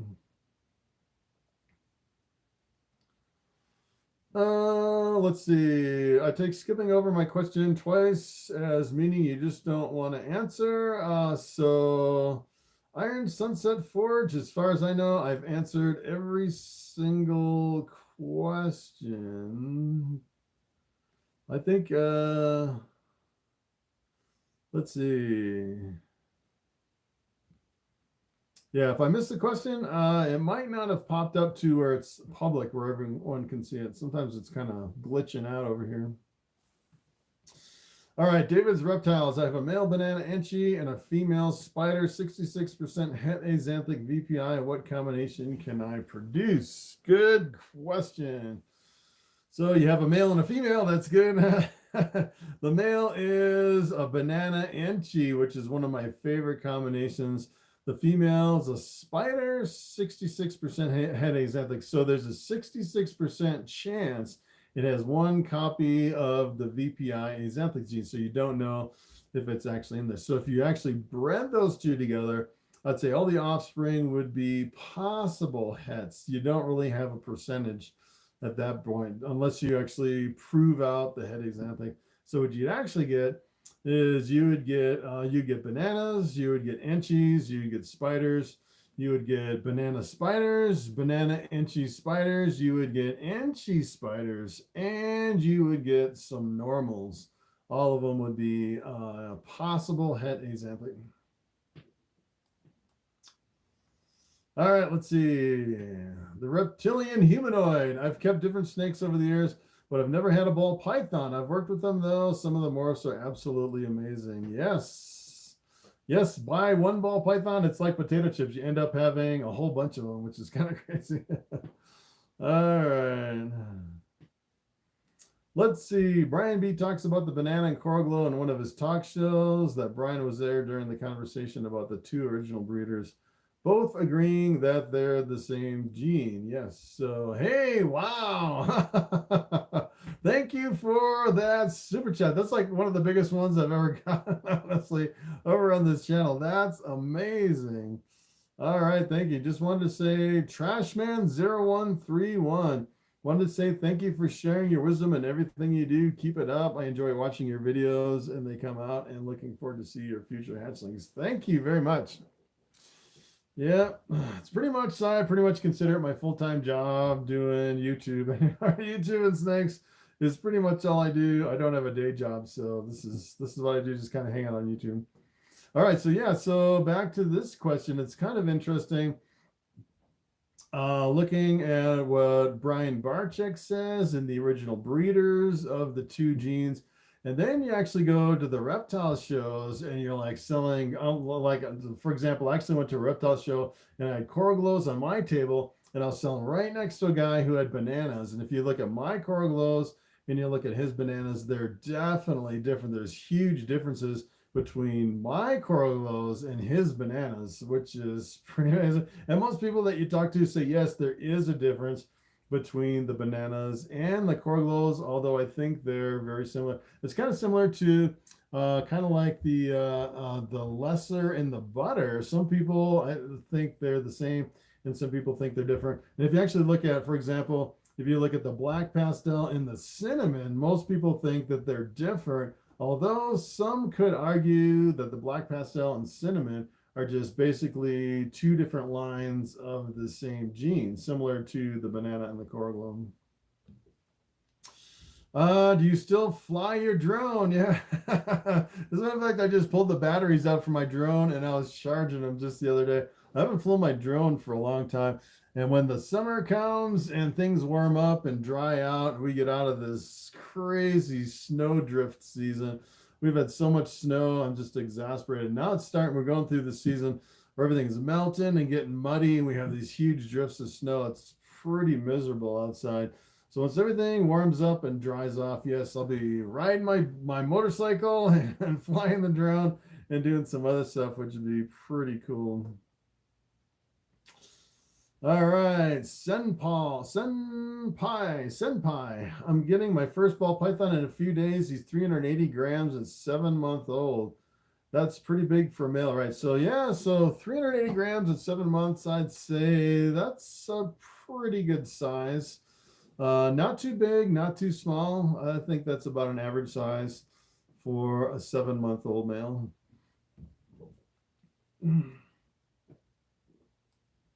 Yeah, do collabs. It helps on your channel. Yeah, so yeah, so collaboration's kind of a double-edged sword. I've seen some people getting on to kind of doing like 2 or 3 people all doing a live stream and a collaboration. And sometimes it can go south pretty fast where people just get completely bashed on the live stream, which is awful. It's like, yeah, I don't know. And sometimes, I don't know, it's collaborations can help your channel. I haven't really done any collaborations myself, but I've seen some kind of go south where I don't know if I want to risk collaborations unless you actually kind of get together with the person up front and make sure you're okay with each other and that you actually like each other before you collaborate and get online with all, hundreds of people watching that you really don't get along on the live stream, which is kind of crazy. I've seen it pretty much across all different industries too, not just in ball pythons, where people will do a live stream and they'll just be like, picking out each other's mistakes or whatever and just kind of bashing on each other, which can be pretty stressful on a live stream.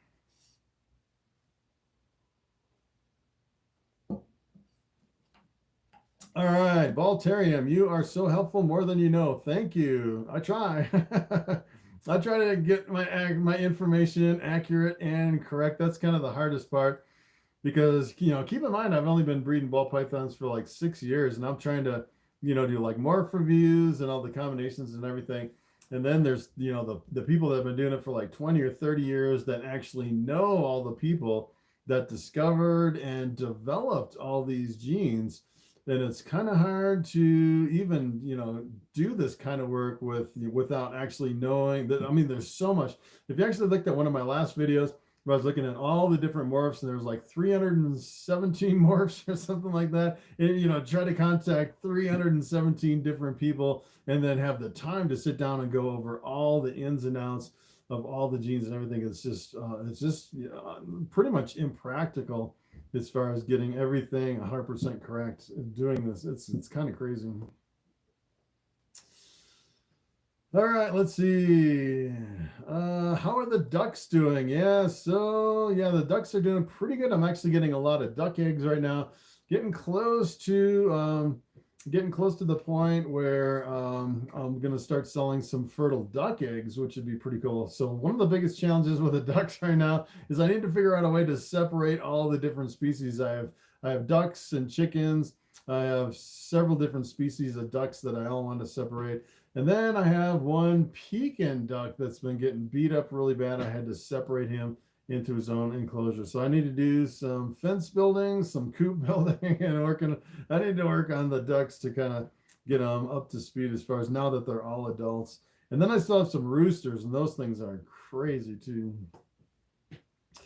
Have I gotten any new cows? No. So yeah, so my cows are kind of on a opposite schedule. Usually I get new calves about mid to late summer as far as my new calves coming in. Let's see. Rockstar, I guess. Rock S74R. Looks like Rockstar. Hey Chris, I have a super gravel lesser pastel male. What would you choose as a breeding partner? Simple super gravel or a super gravel with pastel or lesser for more genes? So yeah, so super gravel lesser pastel male. Yeah, so yeah, so if you could afford the super gravel with other genes, I would definitely put more genes in with that super gravel. Or what you could do, if you wanted to save some money, you can actually buy a gravel with multiple genes and then mix that in, and then half of them would be the super gravels. So is there something wrong with Bobby lately because he's been squeezing you? I don't think so. No, I haven't really seen anything wrong with Bobby. Sometimes he just does that. Sometimes Bobby will just kind of seem like he was fine. He's been fine most of the times. It seems like if I have him on my shoulder a little bit too long, like tonight, I had him on my shoulder for about an hour, and then he pretty much wants to go back in his tub after an hour. But yeah, nothing wrong with Bobby. No problems at all with that guy. Let's see. The reptilian humanoid spider gene is one of my favorites, but I don't want to encourage the breeding snakes with a neurological problem. Yeah, so that is the dilemma with the spider. It's kind of like a double-edged sword. Should I breed my spider or not? And pretty much in my collection, I've decided, all right, I just have one spider that I'm going to work with, and I'm just going to have one clutch of spiders every single year, and that's pretty much it. It's one of my females. Pretty much want to limit the amount of spiders that I produce here in my collection. As a matter of fact, I go to the reptile shows, and a lot of people are like, I know you breed spiders. Where's all your spider hatchlings? And a lot of people are just dying to buy my spiders. As a matter of fact, at one of the last reptile shows, one of the competing tables actually came over and they bought all my spiders and spider combinations. They wanted to sell them at their pet store. They're going to mark them up and resell them at the pet store. I thought that was pretty interesting to buy every single spider that I had on my table out of everything I had in my collection, which was pretty crazy. CT, are adult female balls supposed to lay infertile eggs, or is that a rare thing? So yeah, so it's pretty rare. Usually you can tell the infertile eggs, they're like a smaller yellow eggs compared to the bigger white ones. So if you actually, so I actually made a comment earlier with my pied, which was a female, laid a whole clutch of what looked like fertile eggs. They're really big, white, pearly eggs. And when I candled them, they had no veins and no embryos in any of those eggs. And I put them in the incubator for about a month, and they just all molded. They were all completely bad. They were not fertile, even though they looked fertile. And that is extremely rare. As a matter of fact, I was talking to, it was one of his live streams. It was Billy over at Mutation Creation. He produces, I don't know, probably 10,000 hatchlings a year, something like that. He said out of his whole time breeding ball pythons, he's only ever had one female that had a similar problem that looked like fertile eggs, but they were all infertile, which was pretty wild. So it's kind of like almost like a once in a lifetime thing on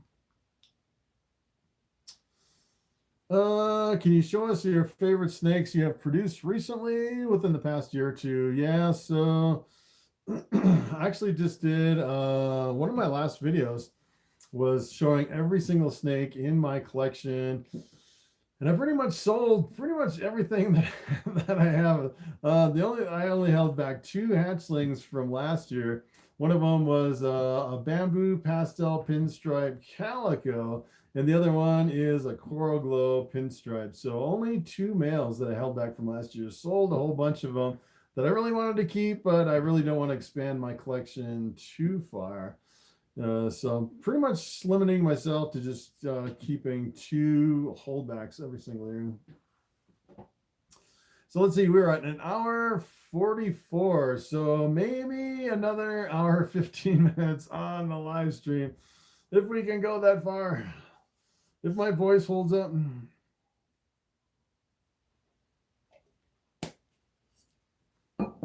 Yeah, I just spent an hour and a half, 2 hours doing my video for tomorrow. So, and then I jumped on this live stream. It's kind of crazy. I'm pretty much talking around the clock. Not going 12 hours today, though.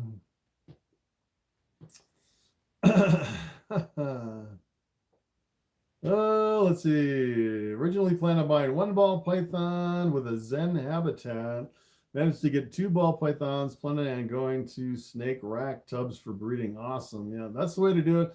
I think that's the easiest way is in the tubs in the rack systems. If you're breeding ball pythons, it's so much easier because you really don't have the logistics of the tanks. Let's see.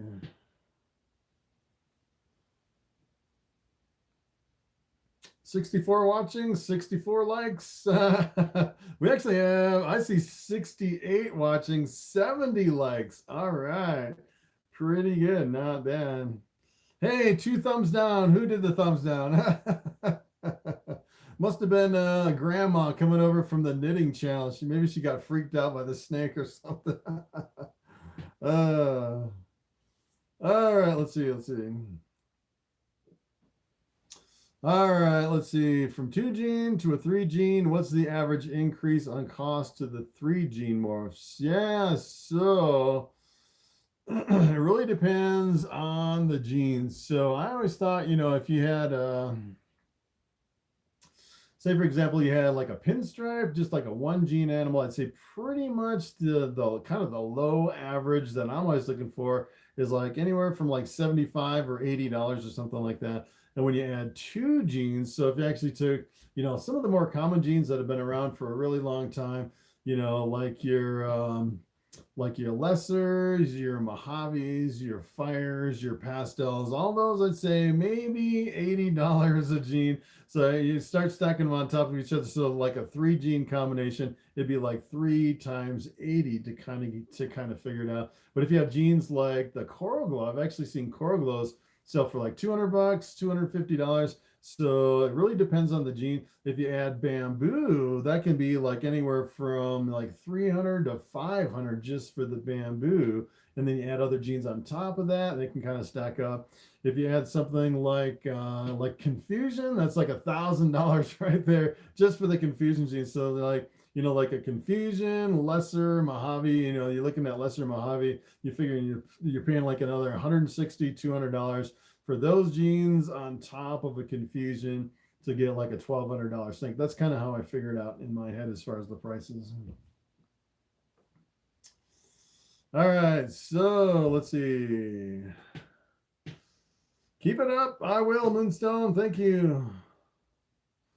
What are the telltale signs between a lesser and a butter? Very good question. So I actually did a comparison video on the lesser versus the butter, and I would say there's definitely some overlap where lessers can look pretty much exactly the same as butters.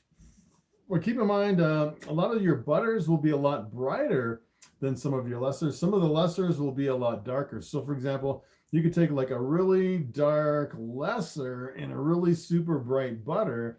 You breed them together to get the blue-eyed leucistic, which is a lesser / butter. And then if you actually bred that to something else, all the bright ones would be butters and all the dark ones would be lessers. But I've actually seen lessers that look exactly like butters. And if you actually bought a blue-eyed leucistic that was a lesser butter, when you didn't actually know what the difference between the parents looked like, I would say it's pretty much impossible to tell the difference between the lessers and the butters. So if you actually bred that to something, you'd probably have to sell the offspring as a lesser / butter. It's either one or the other. What time of the day should I feed my snake? I like to feed as pretty much as late as possible. because ball pythons are nocturnal. So I think they do prefer to eat later in the evening. It seems like I have better luck if I feed them like around. Well, I actually feed my ball pythons anywhere from 10 to midnight. I usually go to bed about 1:30, so I'm up pretty late. Sometimes I'm actually feeding anywhere from midnight to about 1 o'clock. Rick Rodriguez, hey, from Puerto Rico, what is going on? All right, let's see. Kate and John, have you thought about getting into the Grail, Holy Grail project? Yes, so the Grail is the lavender albino clown. So I do have clown, I just don't have lavender albino here in my collection. Probably won't get into the lavender albinos here in my collection. Since I don't know why, I just it's just, you know, I do have albinos. I prefer the albinos. The lavender albinos though are kind of a more higher end of a gene though. Let's see. All right, let me go back. All right, Rick says, I watch your videos. Thank you. Dan E, if you lay banana on top of an all-white snake and make more blue-eyed leucistic, will the banana bleed through? So this is kind of interesting. If you actually make a blue-eyed leucistic with banana, it completely eliminates the banana. But what I've recently heard, that if you actually have a blue-eyed leucistic that has red eyes, the red eyes could be from the banana gene in your blue-eyed leucistic. So you can kind of make like a pseudo cherry bomb working banana into a blue-eyed leucistic as far as what I've seen. A lot of people say it's not really the bright red eyes like you'd see in an albino. It's more of like a red pupil in the banana blue-eyed leucistic, which I thought was pretty interesting.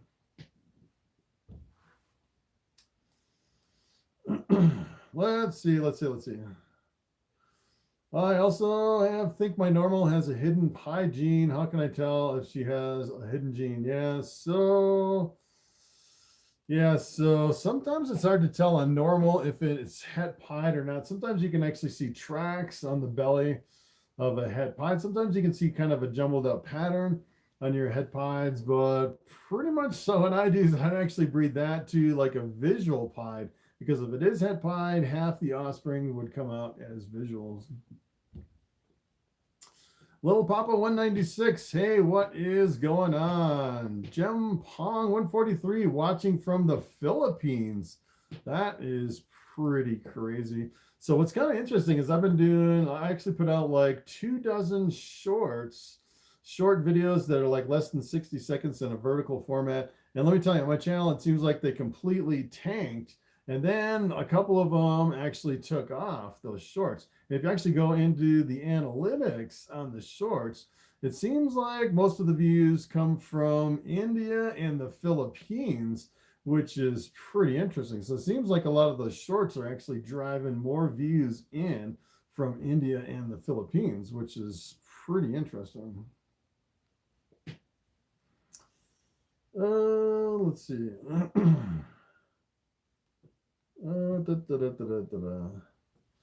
Iron Sunrise Forge, what is the other word for pied like when it shows in the splotches?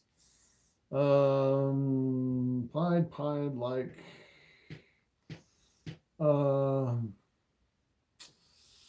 Yeah, so I don't know. So essentially you're saying it looks like a pied, but it isn't a pied. So that's kind of like if you had a champagne het pied, looks like a pied, or if you had, say, for example, some super cinnamons kind of have the white where it looks like a pied, but it's not a pied. I just call it like a pseudo pied. I don't know if there's any other name for the splotches. I guess you could call it like a ringer. Sometimes if it's lower on the tail, it's called a ringer. My Animal House, what's cracking? What is going on? It's interesting they don't have timestamps on these comments. So let's see. I'm slowly catching up on my comments. I'm like way behind here. All right, but if I jump ahead, then it seems like we run out of comments, and then I'm like going back to see the old ones. Therese Morgan. Oh, what is going on? Wanted to get a snake for me so bad. Ah, yes. So I should have some more snakes here, probably midsummer, which would be about 3 months away, which would be pretty cool. Do you decapitate your, I guess that's chicken. As a matter of fact, I actually ate a rooster for the first time. I do eat some of my chickens. Yes. So if you're asking me how I euthanize them, so this year I actually changed. I'm actually doing euthanization with CO2 on my chickens, which seems really fast and really painless. They just kind of fall over and go to sleep, which is pretty awesome. It's one of the best ways I think you can do a chicken. Yeah, butchering chickens is funny. Plucking them sucks. Yeah, I agree. Yeah, it's a lot of work to butcher a chicken. As a matter of fact, it's almost better to take a rooster and then sell it for $10, and then take the $10, go to the grocery store and buy 2 chickens for $5 a piece. You always get like twice the chicken, and it's like none of the work. That's what I was doing for the longest time, is just selling them and then using the money to buy more chicken at the supermarket. All right, let's see. A normal het clown and a normal het clown produce a normal het clown according to the Morph Wizard. What? No, so if you have a normal het clown, you breed it to a normal het clown. So that's wrong. 25% of the time you will get a visual, and then you will get, I think 50% of the time you'll get het clowns, and then 25% of the time you'll get normals from that combination. So you won't know the normals from the hets in most cases. Let's see. Ken Campbell, what kind of hatchlings will you have in 3 months? Yeah, so let's see. 3 months. I can kind of tell you. I have a sheet over here with my hatchling stuff on it here. So assuming some of these will go, so if I can look, I can kind of give you an idea of what the hatchlings are. So actually, I think my lesser female number 2 has ovulated here. So if I can actually see this, lesser female number 2, I bred that with my bamboo calico. So I should be getting some lessers, some bamboo lessers, which are blue-eyed leucistics, and I'll get some calicos, and I'll probably get like a blue-eyed leucistic calico, but I don't know how you'd see the calico in that combination. So that would be kind of cool. And then my het caramels, both my het caramels, I'm pretty sure those are pretty awesome. So my het caramels 1 and 2, I've bred in my bamboo lesser, so I'll have half bamboos and half lessers. So I should have a lot of bamboo combinations. I'm not sure if I'm going to have any pieds. I probably won't have any clowns.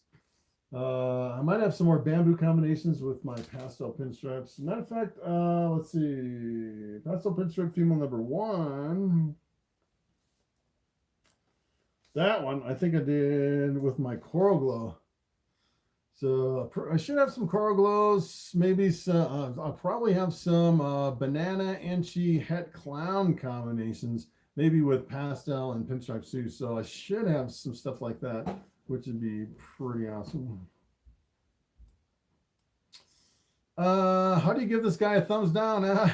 Robert Bailey, yes. How do you give me a thumbs down? Who would give me that? Probably the people that are terrified of snakes that accidentally clicked on my thumbnail. They're like, how did I get here?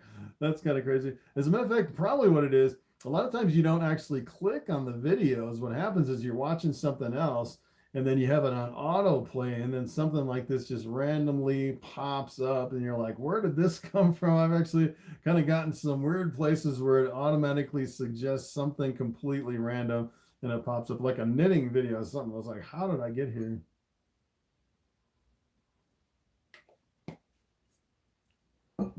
All right, let's see.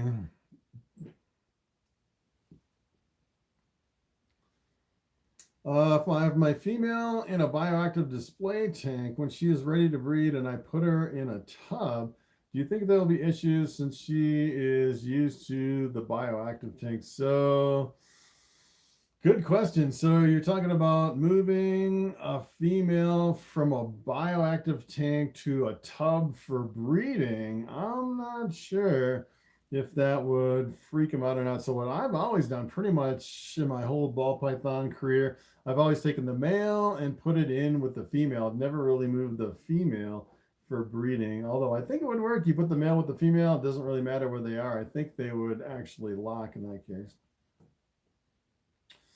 So with the olive oil, how do you go about applying it to the snake? That's a good question. I've never used olive oil for mites, so I'd probably look online and maybe get some video ideas, or maybe go online in some of the forums and see. I wouldn't think putting too much on the snake would be a problem. I'd probably avoid putting too much around the head and the mouth of the snake, but I don't think you could just lather it right on the snake. It wouldn't be that much of a problem. Or probably what I would do is I'd put it on really super heavy and then take like a paper towel and then kind of wipe off the excess.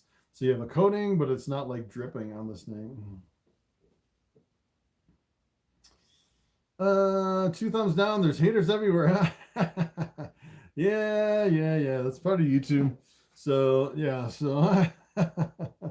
yeah, I think that's the hardest part about YouTube, because you come on here and you think, yeah, who could, it's like you don't realize that people actually don't like you because of all these different things. There's like a million reasons to not like someone. It's kind of interesting because your eyes are kind of opened on YouTube, and then you get all these comments. They're like, what's going on over here on YouTube? I kind of stay away from all the haters and all that stuff. Just try to ignore it and just keep moving forward. Grim Reaper, I'm new to the stream. What's the process of breeding ball pythons? Good question. So it's pretty easy.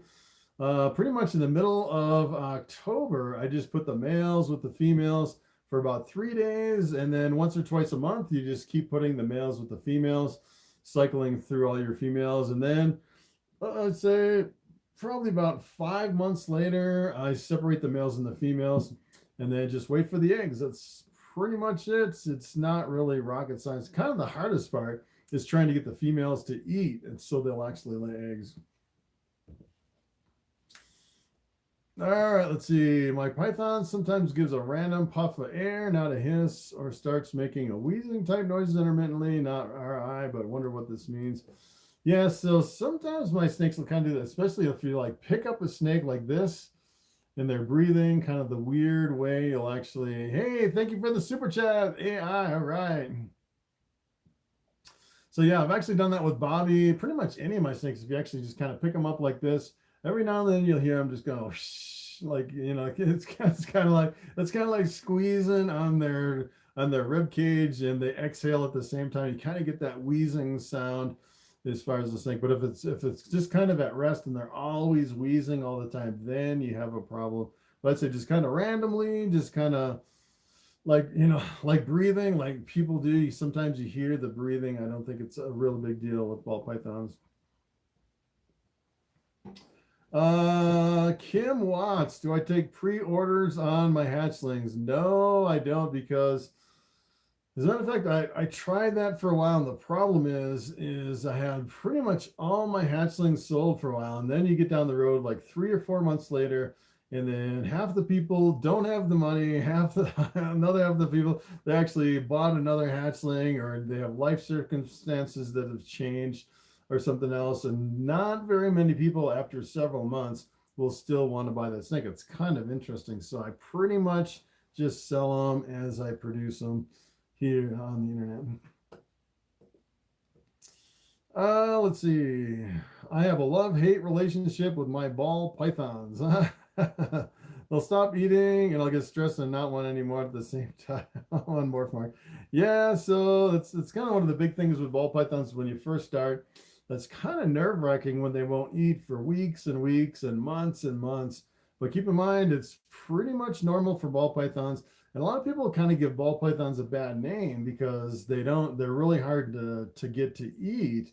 That's just the nature of ball pythons, and not eating for months doesn't really hurt them. It's just part of the game, and you don't really, as a matter of fact, I don't really stress out about it anymore. That's just like, I just keep offering every week, and if they don't eat, they don't eat.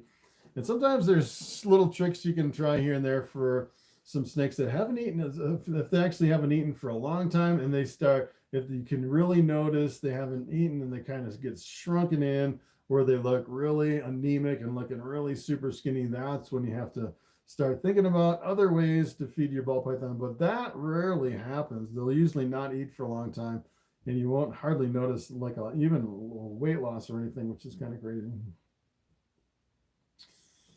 All right, let's see. What exactly is the Mackenzie gene? Mackenzie. So I've seen Mackenzie, but I haven't done a morph review on Mackenzie, so I'm not 100% sure what the Mackenzie is yet. That's one gene that I'm definitely working to get to. There's so many genes, it's crazy. All right, let's see. Is it true normal ball python females produce more eggs than a morph ball python? So I'm not too sure about that. I think it really depends on the morph. So I've seen some really big morph females that are really big, and pretty much the bigger the female, the more eggs they'll lay. And it seems like the normals do feed a little bit better. And if they feed a little bit better, they tend to grow a little bit faster too. So maybe it's true normals on average get a little bit bigger than some, but I'd say some genes get pretty big too. All right, Grim Reaper. Hey, we're caught up with the questions. Wow, I'm only like 3 behind. That's that's amazing. I'm usually like 15 or 20 behind. It only took 2 hours to catch up with the questions. 70 people still on the stream, and 89 thumbs up, 2 thumbs down. You know, if you actually did a thumbs down, you can actually come back and change it to a thumbs up. I've actually tried it once. So yes, if you actually did a thumbs down, you still have a chance to change it. All right, let's see. How big would you say a ball python's enclosure should be? Because my ball python's about 2 feet right now. So this one is kind of tricky. So I've actually seen people where they say, yeah, you should have like a 75-gallon tank per ball python or something crazy like that, which is not really practical. So for my collection, pretty much what I do is if I actually have a ball python that's coiled up over the hot spot, if it's getting real close to the sides of the tubs, I'll actually move them up to the next enclosure. So you don't want a ball python that can't make the coil completely and relax over the hot spot. That's kind of the limit for me. Some people say that the snake should be able to completely stretch out over 2 sides of the enclosure. That's, you know, it's really, I don't think, personally, I think ball python's like a smaller enclosure. They don't like a really huge enclosure, but you don't want them too cramped. So it's kind of a judgment call as far as what everyone will recommend for ball pythons. Rick Rodriguez, learning with your videos. Thank you. Yes, I have almost 1,200 videos now, which is kind of crazy over on YouTube. Mike T, have you ever fed your snakes quail or any other type of bird? No, I actually haven't, but I do have chickens and ducks, and I have an incubator. So technically I could hatch some and feed some to my snakes, but I have so many rats right now. I have 2 freezers full of rats, and kind of reduced my rodent collection because I have so much frozen thawed food for my snakes. I don't really need any more food for my snakes. I don't really need any quail or anything like that. But I've never really tried any kind of birds. Do you have a banana killer bee? So, no, I don't. So that would be a banana super pastel spider. So the only spider I have is in my pastel spider desert ghost female. And the only banana I have is my banana Enchi clown right at the moment. So I'm actually breeding my banana Enchi clown and my spider. I'm breeding her to, hopefully they'll both produce some hatchlings. So technically I might be able to produce something like that. All right, let's see. African Wild. Chad just bought a spider ball, 1,145 grams. What do you think I should breed him with? Chad. So yeah, so it's interesting. My name is actually Chris. I don't know why a lot of people call me Chad. It's kind of interesting. I think that's what that is. Chad just bought a yeah.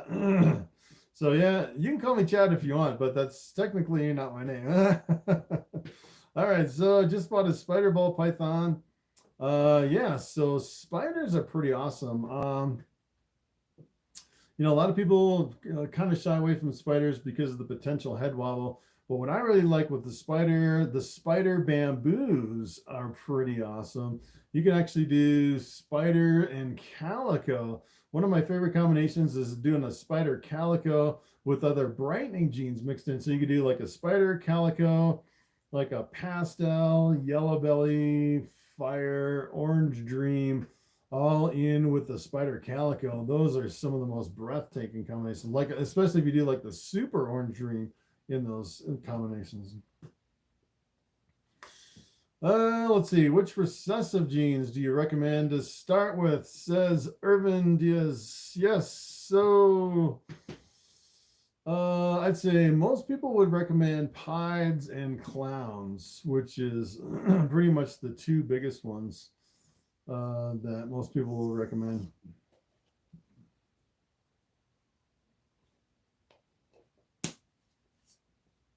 But I don't know.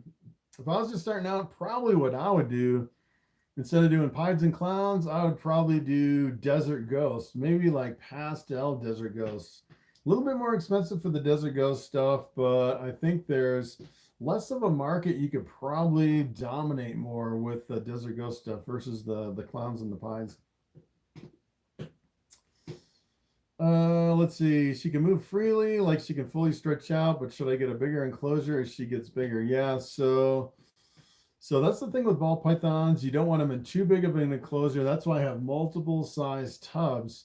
So these are pretty much just for hatchlings over here on this side right here. So I can start my hatchlings in these, and then my 5040s over here are kind of for the growouts, and then I move them over to the 70 series tubs for the adults pretty much their whole life until they get really super big, and then I've been moving them to the 8018 tubs.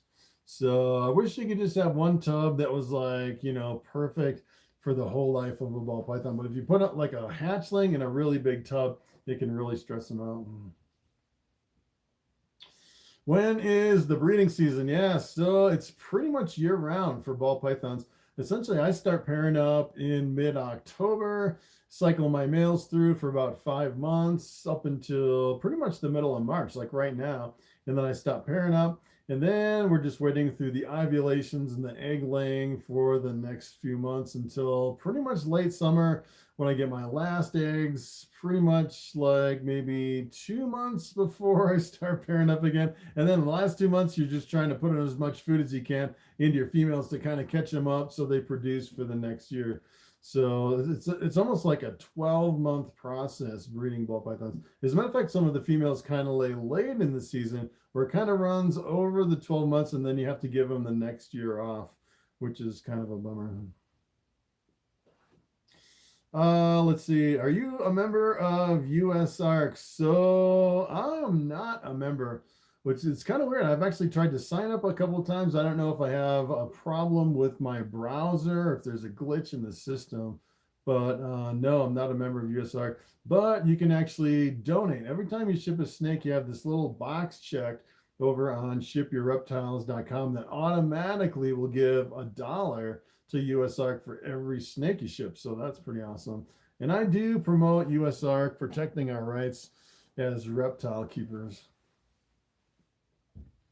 All right, Grim Reaper. I have a 50-gallon tank. I was thinking about moving her into so she has plenty of room. So yeah, so if you have a snake in a 50-gallon tank, keep in mind, usually in a glass aquarium, the living space of a ball python is essentially the hide in that tank. So you can kind of figure, so for example, if you actually had like a hatchling tub over here, what you could actually think of is so for example, you'd pull this hatchling tub out of the rack, flip it upside down, and put it in a 50-gallon tank and cut a hole in the front of it so it acts like a hide. And that is kind of the living space for a ball python. It's kind of the same as these. And the problem is, if you get up into these bigger tubs, there's really not an aquarium big enough to where you can have a hide big enough for a ball python. That's kind of the dilemma, where I think the rack system is pretty much ideal for ball pythons because it gives it a bigger living space without all the extra glass around it.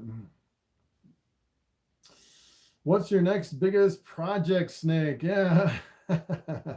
So yeah, probably the thing I'm going to invest in next is the Confusion project, which would be pretty awesome. Kind of like it's almost like a souped up leopard that really scrambles up the patterns and darkens the combinations.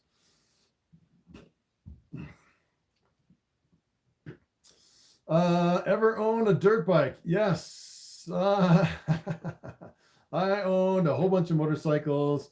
So I actually just recently bought a Harley Davidson Dyna Street Bob. It's a 2007 that I bought last fall. I still haven't been able to ride it. Been working on it pretty much over the winter, but I've had a whole bunch of bikes. I had a Harley Davidson Sportster, which was a 79 Sportster. I had it when I was back in the 80s. So that kind of dates me, one of my first bikes. I actually had some bikes that I completely trashed.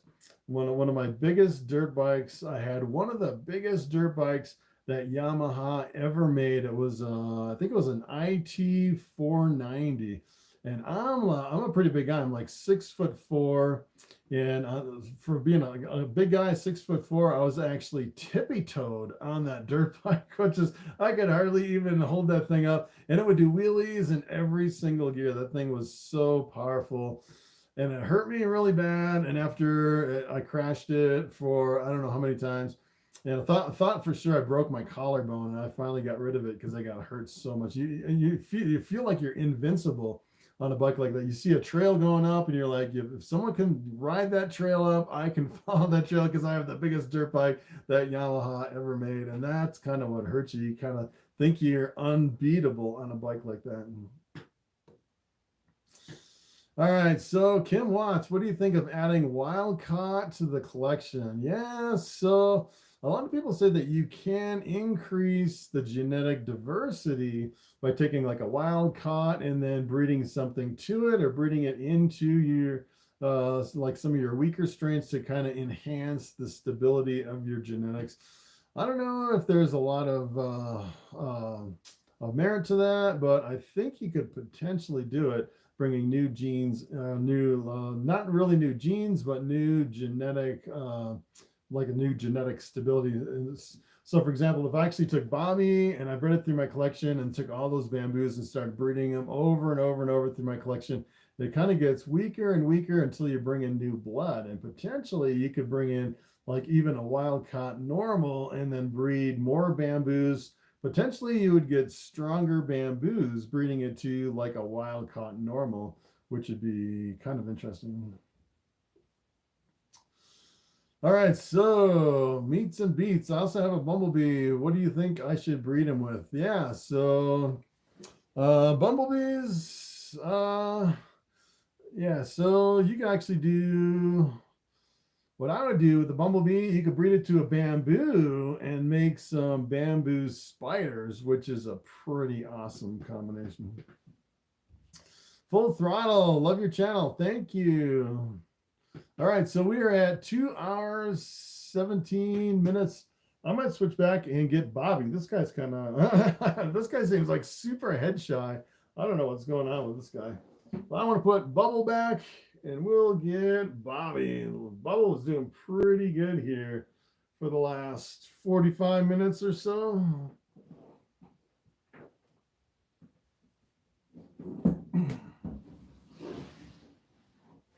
All right, Bobby.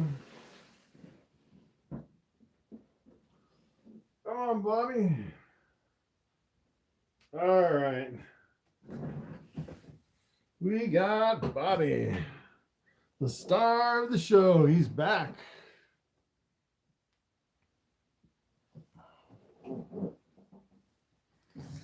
All right, let's see where I was on the questions. Let's see.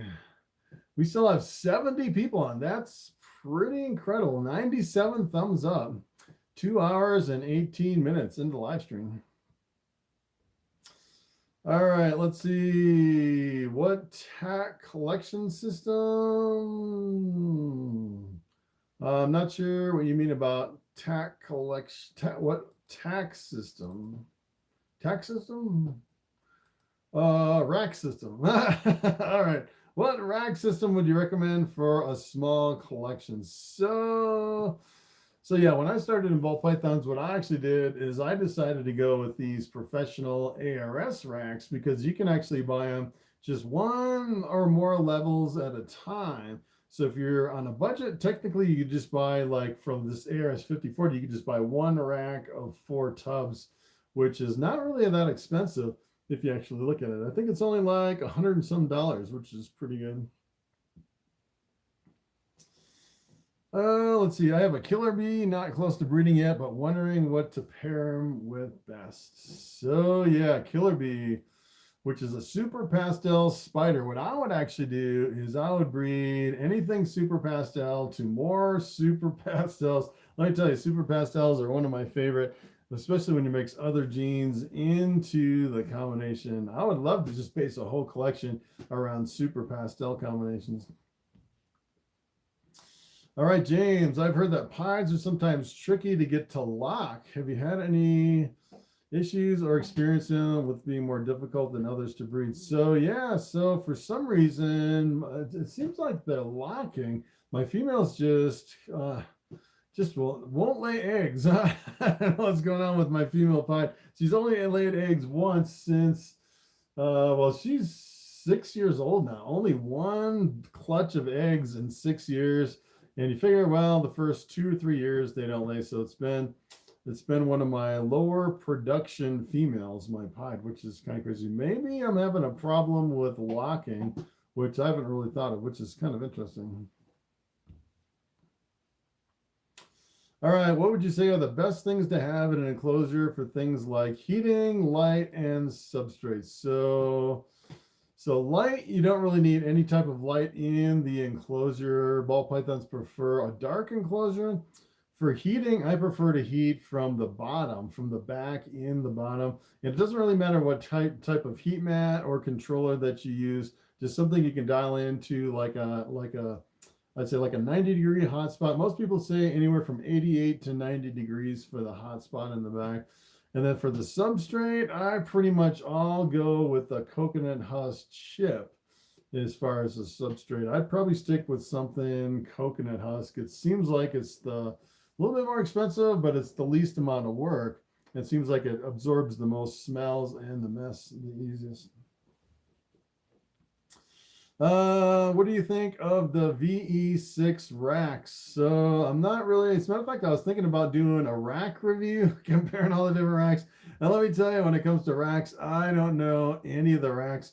You'd almost have to go like to a reptile show and have all the different racks side by side, and then just kind of look at them and shake them and pull out the tubs and, look at the size and the weight and the construction and the stability. And kind of you almost have to look at the materials as far as, how flexible the tub was and everything. It'd be really hard to just look at pictures and compare racks without actually, like a hands-on comparison of all the different racks. So when it comes to comparing racks, let me tell you, I pretty much stay away from it. I know, if you actually look at the most expensive, it's usually the ARS racks and the Freedom Breeders that are pretty much the top of the line. Besides that, I don't really know the other racks. How would I stud a male out for breeding? So that is a good question. I've seen a couple people do it. It's not really frequent. So for example, if I actually took Bobby and lent him out to someone else and they bred him through their collection, I'd kind of worry about, diseases and stuff like that. I don't know if I would ever do it with Bobby to actually breed him out and to stud him out. Yeah, so I don't know.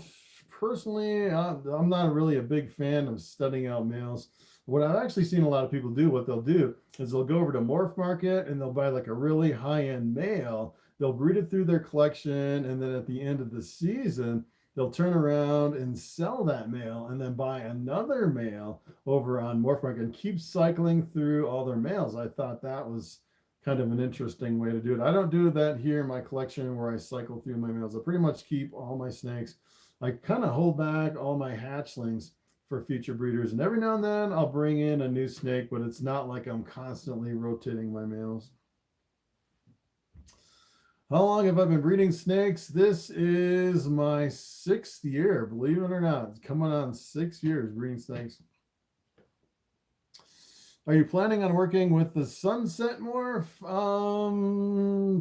I'm not sure. Maybe. maybe the sunset, maybe the monsoon at some point. I'm not sure about those two genes. Becca Talley, how do you monitor heat and humidity in a rack system? Interested in switching from glass tank to rack system. Yeah, so that is, it's a little bit more difficult in a rack system. So a lot of times people have like one heat controller with one temperature probe, and then they'll put the probe right in the middle of the rack, like right in the middle row, right in the middle, like right in the bottom, like usually right on the hot spot as far as taping the probe right to the heat panel.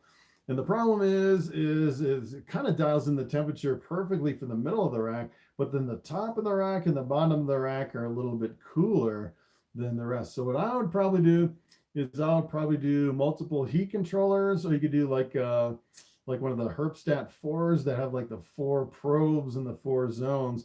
And then, for example, you can actually have like one heat controller on the top 2 rows, maybe another one on the bottom 2, and then kind of spread it out that way. That's probably the way I'd go heating a rack system. And then for humidity, what I do in here is I actually have like a swamp cooler, and then the swamp cooler, it's a portable swamp cooler that's hooked up to a humidity controller, and I can just dial in the humidity digitally.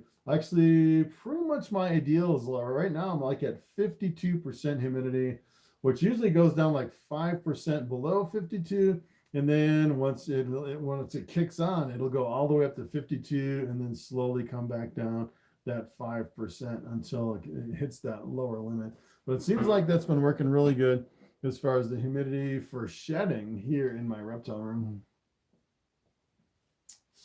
Rick says, Bobby, yes. Grim Reaper, sorry if I'm overloading you with questions. Hey, that is what I'm here for, to answer the questions. Yeah, so if I run out of questions, then I just kind of sit here and twiddle my thumbs. So it's good that you're asking as many questions as you can. As a matter of fact, if I was doing that 12-hour live stream, I did 3 of them back to back over 3 days, and every now and then I would run out of questions, and sometimes we go like half an hour without questions. And I was like, at that point I was like, should I stop the live stream? Should I just call it quits? Because there's no more questions. So that's what I'm here for, is to answer the questions.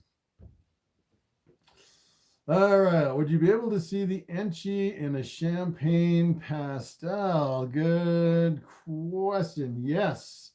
Usually you can see Enchi in a champagne. So with the champagne, yeah, see if I got my genes right. Yeah, so champagne. So with the champagnes and the champagne combos, there's only 2 genes that can really bring a lot of pattern in the champagne, especially on the sides of the champagne. And that is the leopard and the Enchi, especially with the super Enchi. So if you actually have a champagne with a lot of pattern, especially pattern on the side of the snake, that is usually an indication that you have Enchi in the mix. And then a lot of times, if you have Enchi in there, it'll bring out the yellow of the pastel through the Enchi. So a lot of times pastel really can't break through the champagne that well unless you add Enchi, super Enchi, or leopard to the combination, and then it really brings out the yellow. So you should be able to tell if you have Enchi in that combination.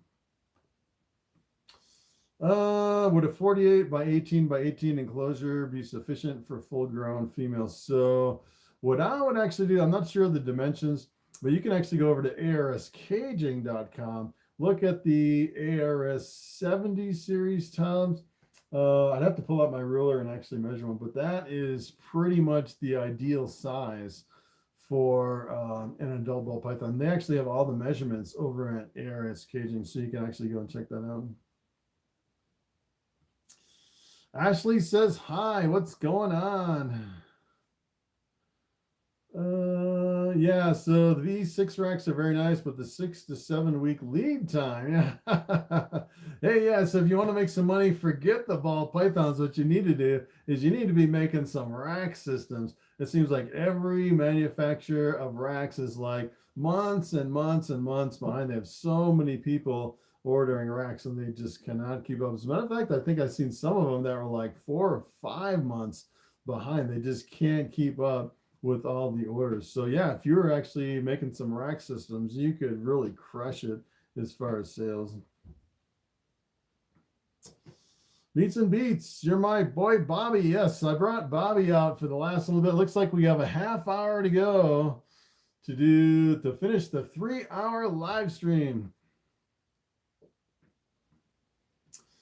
Grim Reaper, when you say ball pythons don't need light, I heard they can get sick if they don't have some sort of UV emitting light. No. So yeah, so you definitely don't need any kind of a UV light for ball pythons. That's, yeah, it's interesting that some people say that because we've been pretty much proven. There's people that have been breeding ball pythons in these racks for like 20 or 30 years, and they've never had any lights and they've never had any health problems with any of their ball pythons. So let me tell you, you definitely don't need any type of UV light for ball pythons.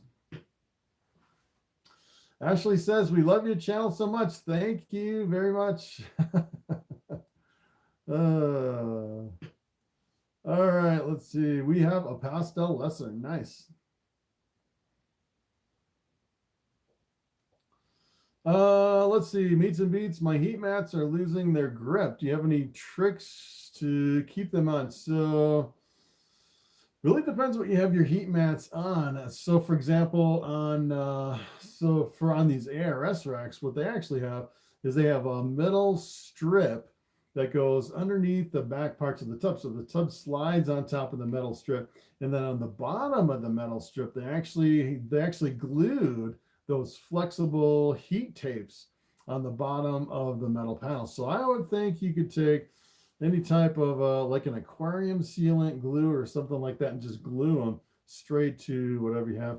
Of course, really depends on where you have your heat probe. So I prefer to have my heat probe directly on the heat mat or on the metal plate in the back on these racks. That way you don't have the huge fluctuation in temperature of the heat mats. All right, Sonora, the bin has lots of condensation. When I picked up the hide to check on her today, it was wet in there. Should I let it dry out? Yeah, so that's really depends on the humidity that you're at. If you have too high of humidity, if there's a lot of condensation all the time, you could potentially risk respiratory infections in your ball python. So a lot of people say it's really good to kind of let your ball pythons dry out a little bit until they shed and then kind of boost up the humidity. So I actually go through pretty much all my ball pythons like every single day and just check on them all. If one of them is going into shed, I'll actually bump up the humidity, add some extra moisture to the substrate. Ashley says, how do you make a blue-eyed Lucy?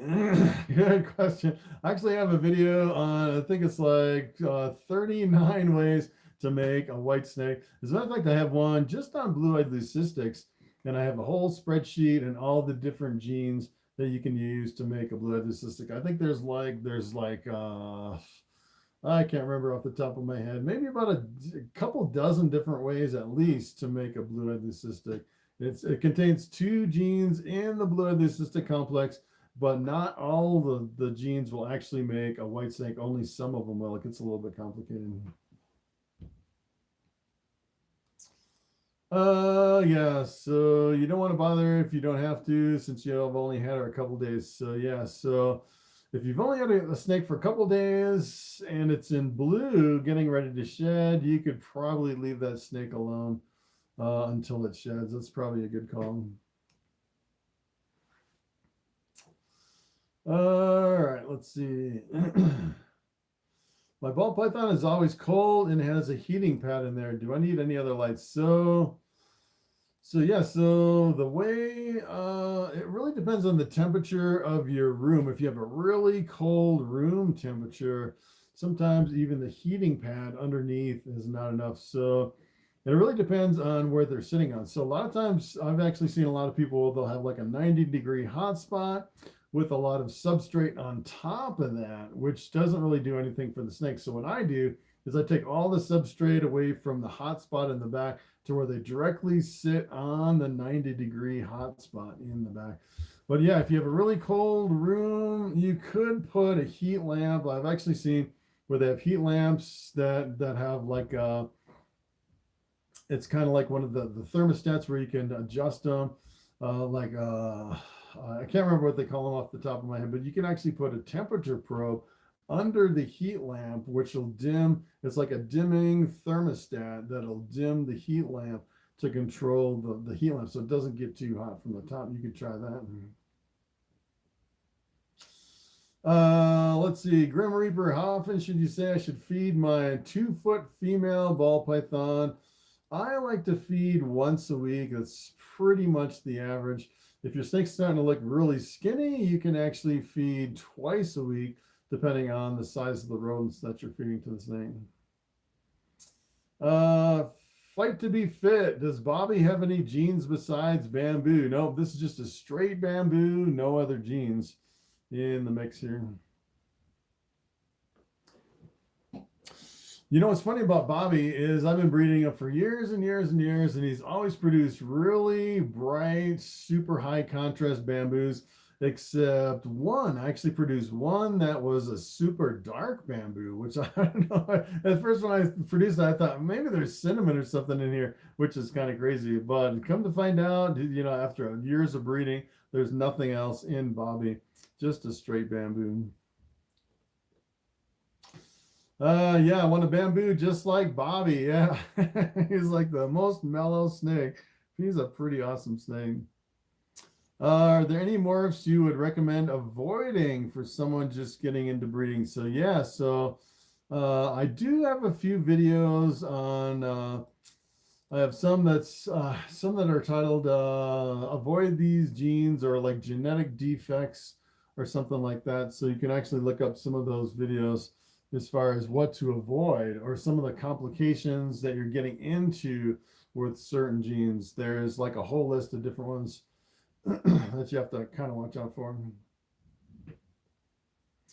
Tried the phone hack for a bitey snake and it worked. Then he turned and tagged me. That's pretty funny.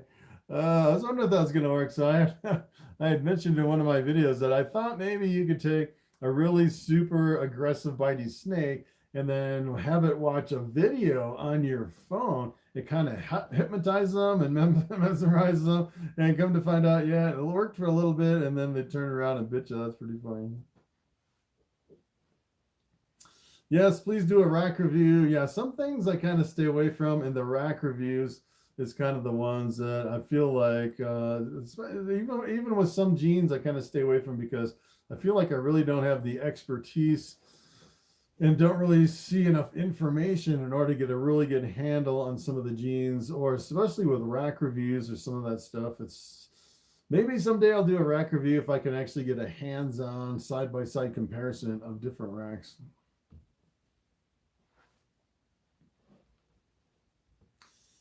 Yeah. I don't know if people would send me, racks free to try. Yeah, the problem is with racks is they're like months and months behind. They can't even keep up with their orders. You know, if they had lots of racks in inventory, maybe they'd send me a free rack. But at this point, they got, you know, pretty much every rack sold for the next 6 months. So yeah, I don't know if they'd be sending me a free rack.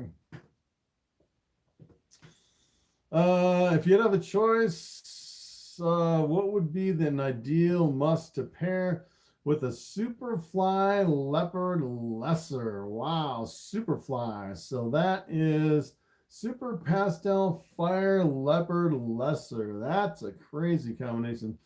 So that's actually a pretty awesome combination. So you actually have the Super Pastel, which is really bright and pattern enhancing, and then you add the fire, which really brightens it, and the leopard scrambles it up and darkens it, and then you have the lesser in the blue-eyed leucistic. I would probably, I don't know. I'd probably do maybe work that into clown. You could also work in banana or coral glow. That would be pretty awesome. Or what you could do is you could actually add spot nose to that collection. That would be pretty awesome because the spot nose will bring out a lot of the brightness and it'll really scramble up the pattern. That would be pretty awesome between the super pastel, the spot nose, and the leopard. What was the tipping point from your engineering occupation to ball pythons and YouTube? Yeah, so I was actually a chemist. Well, so I was a chemist for, I don't know, I was trying to figure out, I don't know. I was a chemist for like 20 years. So that was, it's kind of hard to give that up. But the problem is I really wanted to do YouTube and breed ball pythons. And I was trying to do it all at once, work the day job and then come home after the day job and then trying to take care of all my animals and do a YouTube video every single day. And there just wasn't enough time in the day. It pretty much came to, I had to make a decision what I wanted to do. I either drop YouTube and reduce some of my animals and do the day job, or, you know, kind of go full time with the ball pythons and YouTube.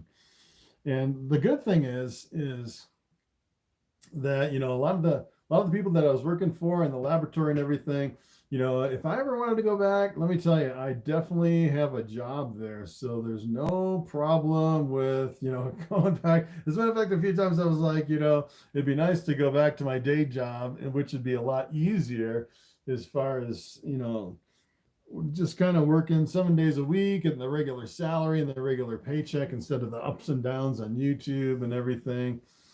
I don't know. Day job's definitely easier, but I thought I'd give it a shot for a while and try YouTube. You know, the potential of doing YouTube and breeding snakes seems like it's a lot more than working the day job until, you know, I retire. So that's one of the decisions as far as jumping over to the side. All right, Maddie, how much should I feed my 1-year-old ball python? So yes, so 1-year-old, if it's still eating at 1 year old, usually at 1-year-old, they usually go on a fast right around that time. I would probably pretty much just keep feeding once a week. Sean Greenlee, what do you think is the best looking combo for the whitest blue-eyed leucistics? So yeah, so for the whitest, pretty much the ideal blue-eyed leucistic, most people consider the Mojave Lesser to be the ideal blue-eyed leucistic. For the whitest, pretty much anything with lesser or bamboo is going to be really super white, which is pretty awesome. So if you get the blue-eyed leucistics that aren't white, you're looking at the genes like the Mystic, the Phantom, the Special. Those would all kind of be where some color and pattern can break through the blue-eyed leucistics in those combinations.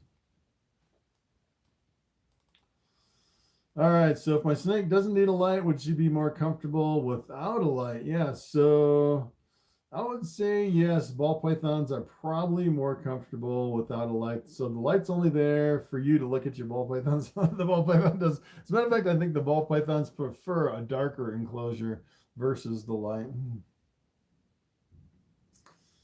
How would you rule on when is too much ball pythons? I'm not, let's see, not sure exactly what the question is.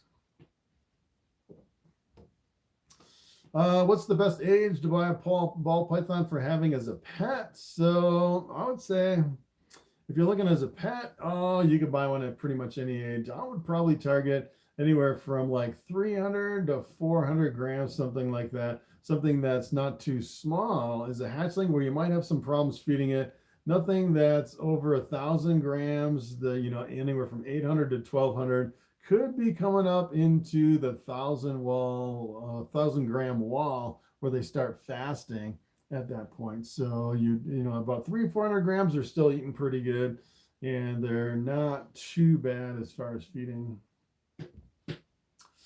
Do you play any video games? No, I used to play StarCraft. I was addicted to StarCraft. I used to play that every single day. Yeah, I pretty much don't have any time for video games at this point.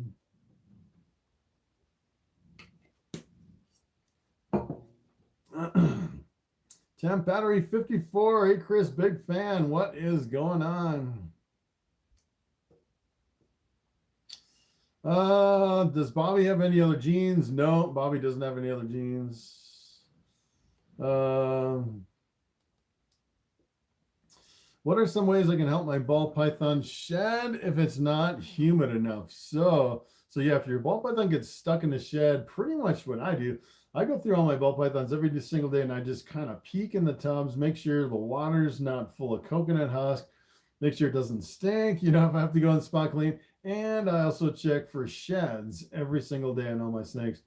And every now and then, if I get a snake that's in shed, what I'll do is I'll take that snake up to the kitchen sink and I'll fill it pretty much, I'd say maybe 3 or 4 inches with water, about 85, 90 degree water. And then I'll kind of dunk them in the water and then pull them out and just kind of help kind of rub down their whole body with the water. Sometimes I'll actually just let them climb on my arm and then kind of just splash the water on them and just lightly rub them and help them shed. And it usually only takes maybe, I'd say maybe about 15, 20 minutes to get most of the shell, kind of work it off and slowly peel it off of the snake. But if you actually have the warm water, it really helps too. But I've also heard some people, what they'll do is they'll put it in a like a wet pillowcase. I've seen that works pretty good as far as getting the shed off.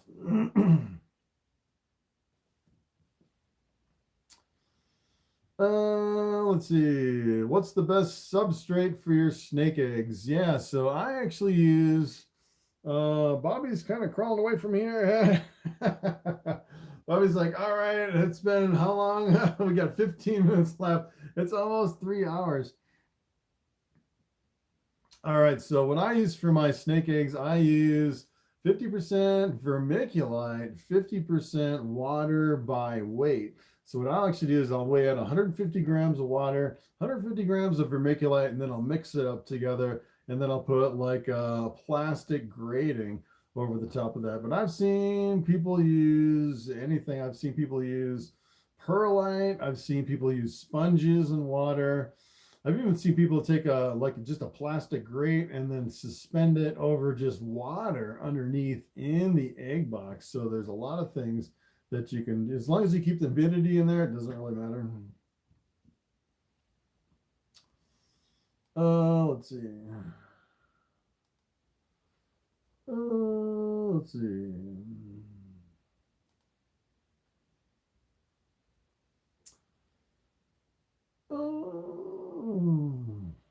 All right. What new genes do you want to start working with? Probably the best one, the ones that I actually have my eye on, is either the acid, the confusion, or the static. That's the ones that I'm really looking at here lately. Let's see.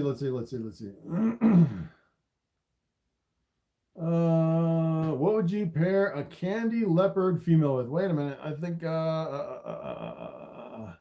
I skipped a question. We have more questions now. Let's see. I'm maybe about 20 questions behind here. All right.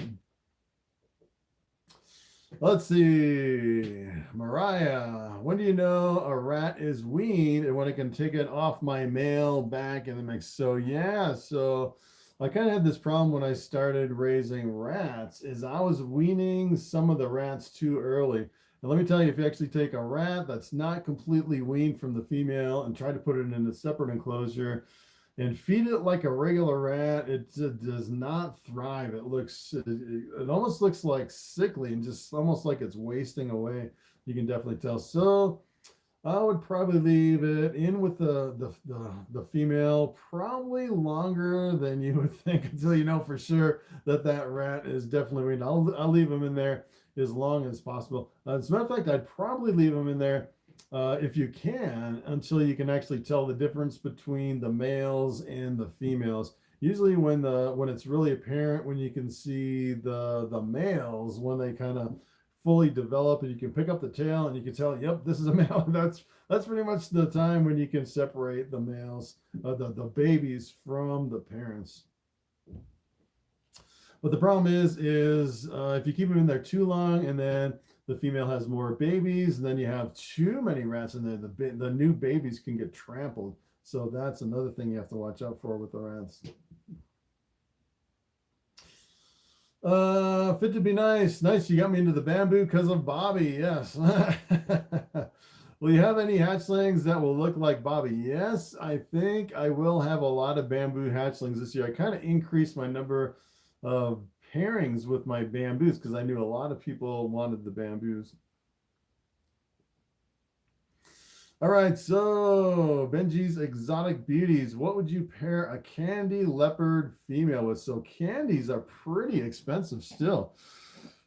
So probably what I would do is I would pair that either with, the candy is recessive, so I'd pair it either with a het candy or a visual candy to make some more candies, and other genes in the mix if you actually can. Probably like I would probably do, so keep in mind the candy is a type of albino. It's actually allelic with albino, so you can actually make some candinos too. If you bred the candy leopard to an albino, you could make all candinos, and half of them will be candino leopards, which would be pretty awesome. All right, Bobby's getting squirrely. I might have to go back to bubbles. I don't know. We could probably make it 10 more minutes. All right, 60 people still on the line. That's pretty awesome. How long do rat pups take to be weaned after they're born? That's a good question. As a matter of fact, I thought it would be a kind of an interesting video to do a time lapse of the rats, kind of being born and growing up. I thought that'd be kind of cool. I did that with my ducks, and those really took off. Maybe I'll do a similar video like that and do like every day, and then kind of watch them as they grow up. That'd be pretty awesome. All right, let's see. There's never too much ball pythons. It's like saying you have too much money. Yeah, that is true. How many snakes can you have before they consider your house a zoo?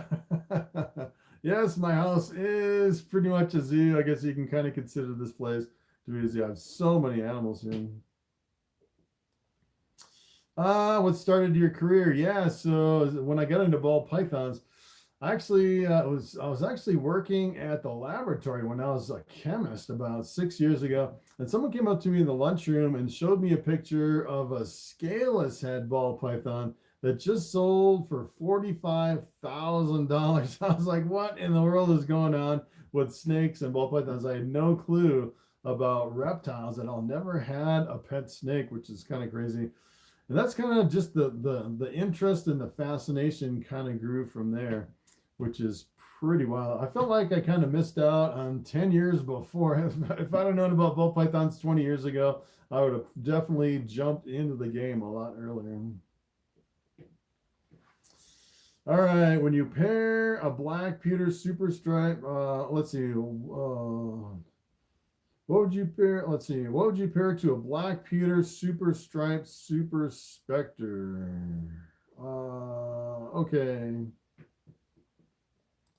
So it's either a super stripe or a super specter. So you're in the yellow belly complex. And it's a black pewter. So that's the black pastel and the pastel, which is pretty awesome. So yeah, so you could pair, yeah, so I would definitely prove that out first. But yeah, so with the black pewter, so with the black pastel, you could go, with the you could probably go with another pastel to make like a what would they call that? Like the would be like the black sterling, I guess, the black pastel or the super pastel, because I think the sterling is the cinnamon super pastel, but those can give you like a kind of a silvery metallic if you actually have two copies of the pastel with the black pastel, which would be pretty awesome. All right, let's see.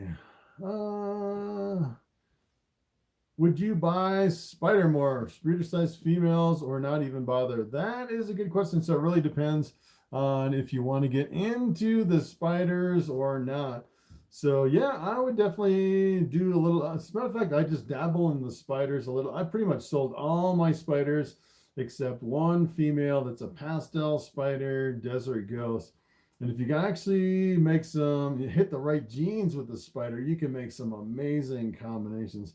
I definitely think it's worth dabbling in spiders.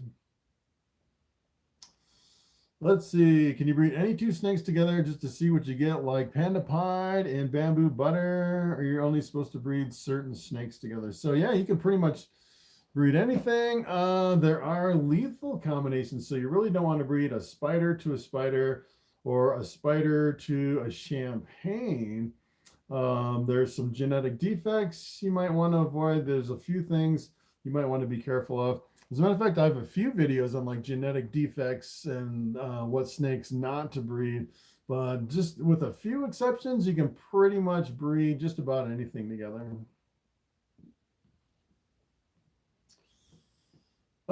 Thanks for banning that guy. Yeah, so I usually don't ban people from the live stream. Yeah, so most people, yeah, I really don't like to ban people. Yeah, 2 hours. Sink the frog. Yeah, so I'm actually almost 3 hours. We're at 2 hours, 55 minutes. I'm gonna go 5 more minutes, and it'll be 3 hours. I am a machine. Yes. Yeah. So I don't know. It's good to do the live streams. It's a little bit different than doing the same thing day and day, trying to figure out a different topic, and then just I don't know, it's a little bit different. As a matter of fact, tomorrow I'm going to do a non-snake video. I'm going to kind of throw in some random, interesting videos here in my channel. Just kind of do maybe once a week, maybe once or twice a week. I'll just kind of do a random non-reptile related video, kind of mixing things up a little bit, kind of expanding it for maybe more of a larger viewing base as far as everyone that can watch the videos. Hey, got another super chat from David. Thank you. 3 hours, yeah. So yeah, I'm trying to think about video ideas. All right, so like I like snakes, and there's just a few people that like snakes. But what's the video that I can do that, for example, my mom would watch because she doesn't like snakes, or like my mother-in-law or something like that, or like the people that I know that are terrified of snakes. Maybe I'll throw in a video that's not about snakes, that kind of appeals to a bigger audience. And who knows, maybe it'll grow my channel a little bit faster doing kind of random videos here and there in the mix. So that is tomorrow's video. It'll be interesting.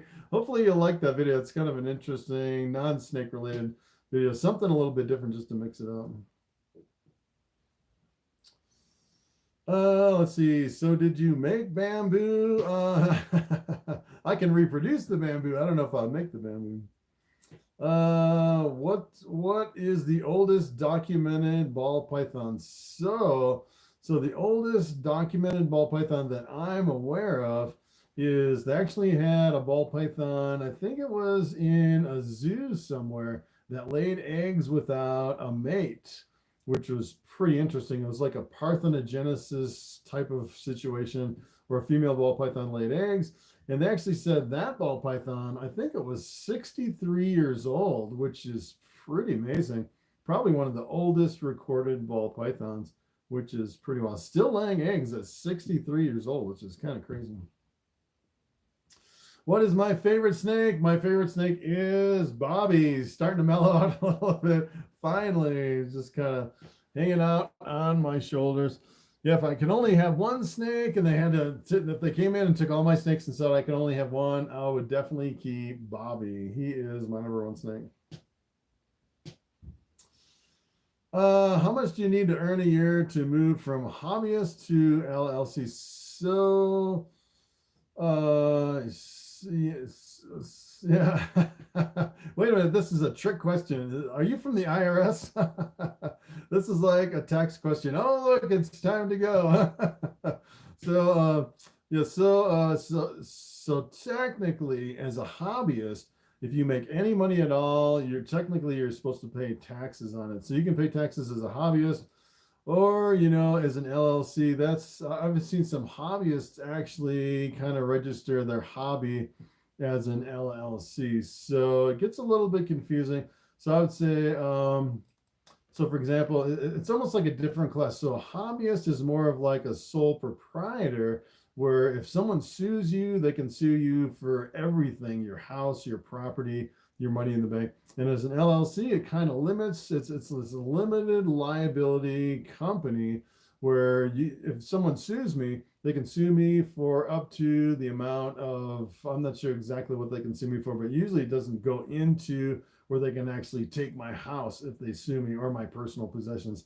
And then you can actually do a corporation, which really protects you even more from liabilities and lawsuits. But then if you move up to a corporation, usually you have to have like board meetings, you have to have people on the board, and then you have to have quarterly reports and all that. It gets a lot more confusing getting into a corporation versus an LLC. So I'd say most people actually are either, sole proprietors or LLCs, and you can pretty much be a hobbyist at any level, either a sole proprietor or an LLC. It gets a little bit confusing on the legal side of everything. What's the best breeding snake? The best breeding snake is the Ball Python female that lays eggs every single year. That is the best breeding snake. That's interesting. Wow, that's my laptop got hung up here. Yeah, just don't breed your spider to spider. It's a lethal combination. Yeah. What morph do you recommend for beginners? For beginners, I would probably go with a dominant or co-dominant, where you can actually breed it to something else and see the results, versus recessives can be a little bit tricky, especially if you're doing non-visual hets or something like that with recessives. How old are you? I'll give you a hint. I was born in 1966, long time ago. As a matter of fact, I went in the military in the 101st Airborne in 1984, before we had computers, before cell phones, before pagers. That was a long time ago. Seems like forever. I hope you do something like this again. I'll probably have more questions. So yeah, so speaking of which, we're actually over 3 hours. I'm going to do another live stream tomorrow at 6 p.m. Mountain Standard Time. Probably go for another 3 hours tomorrow. And I'll probably do live streams Saturday and Sunday every weekend until everybody gets tired of live streams, and then I'll figure out what else to do here on my YouTube channel. I kind of keep changing things up, doing things a little bit different. And if we get completely bored with everything we're doing, I might make some videos about cows and ducks and motorcycles and stuff like that. So I'm actually 54 years old. I'll be 55 in May, which is kind of crazy. What does Bobby smell like? What does Bobby smell like? He is absolutely no smell at all. He has zero smell to a ball python. There's no smell there. As a matter of fact, they consider him to be hypoallergenic. No smell, no shedding as far as the hairs or anything like that. So yeah.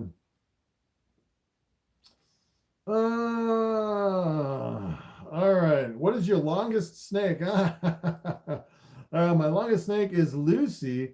She is my reticulated python at about 100 pounds, and she is about 17 feet long, which is kind of crazy. He smells like snake. No, some snakes actually do smell like snake, especially like if you have garter snakes on some of your colubrids, they'll actually have scent glands where they can release that scent. As a matter of fact, some of your king snakes can release that really strong snake smell, and it smells like a really strong snake. But ball pythons, I don't think they have that gland, because I've never had a ball python that smelled like a snake like other colubrids, which is kind of interesting. So that is pretty much it. We went 3 hours and 3 minutes. 67 people still on the line. 107 thumbs up. You can give a couple more thumbs up right at the end, Hey, we got 4 thumbs down. What's going on with the 4 thumbs down? All right, guys. So that's pretty much it. If you guys want to hang out tomorrow, I'll be back on same time tomorrow, 6 p.m. Mountain Standard Time. Thanks for all your comments. Thanks for the super chats. And I'll see you in the next video.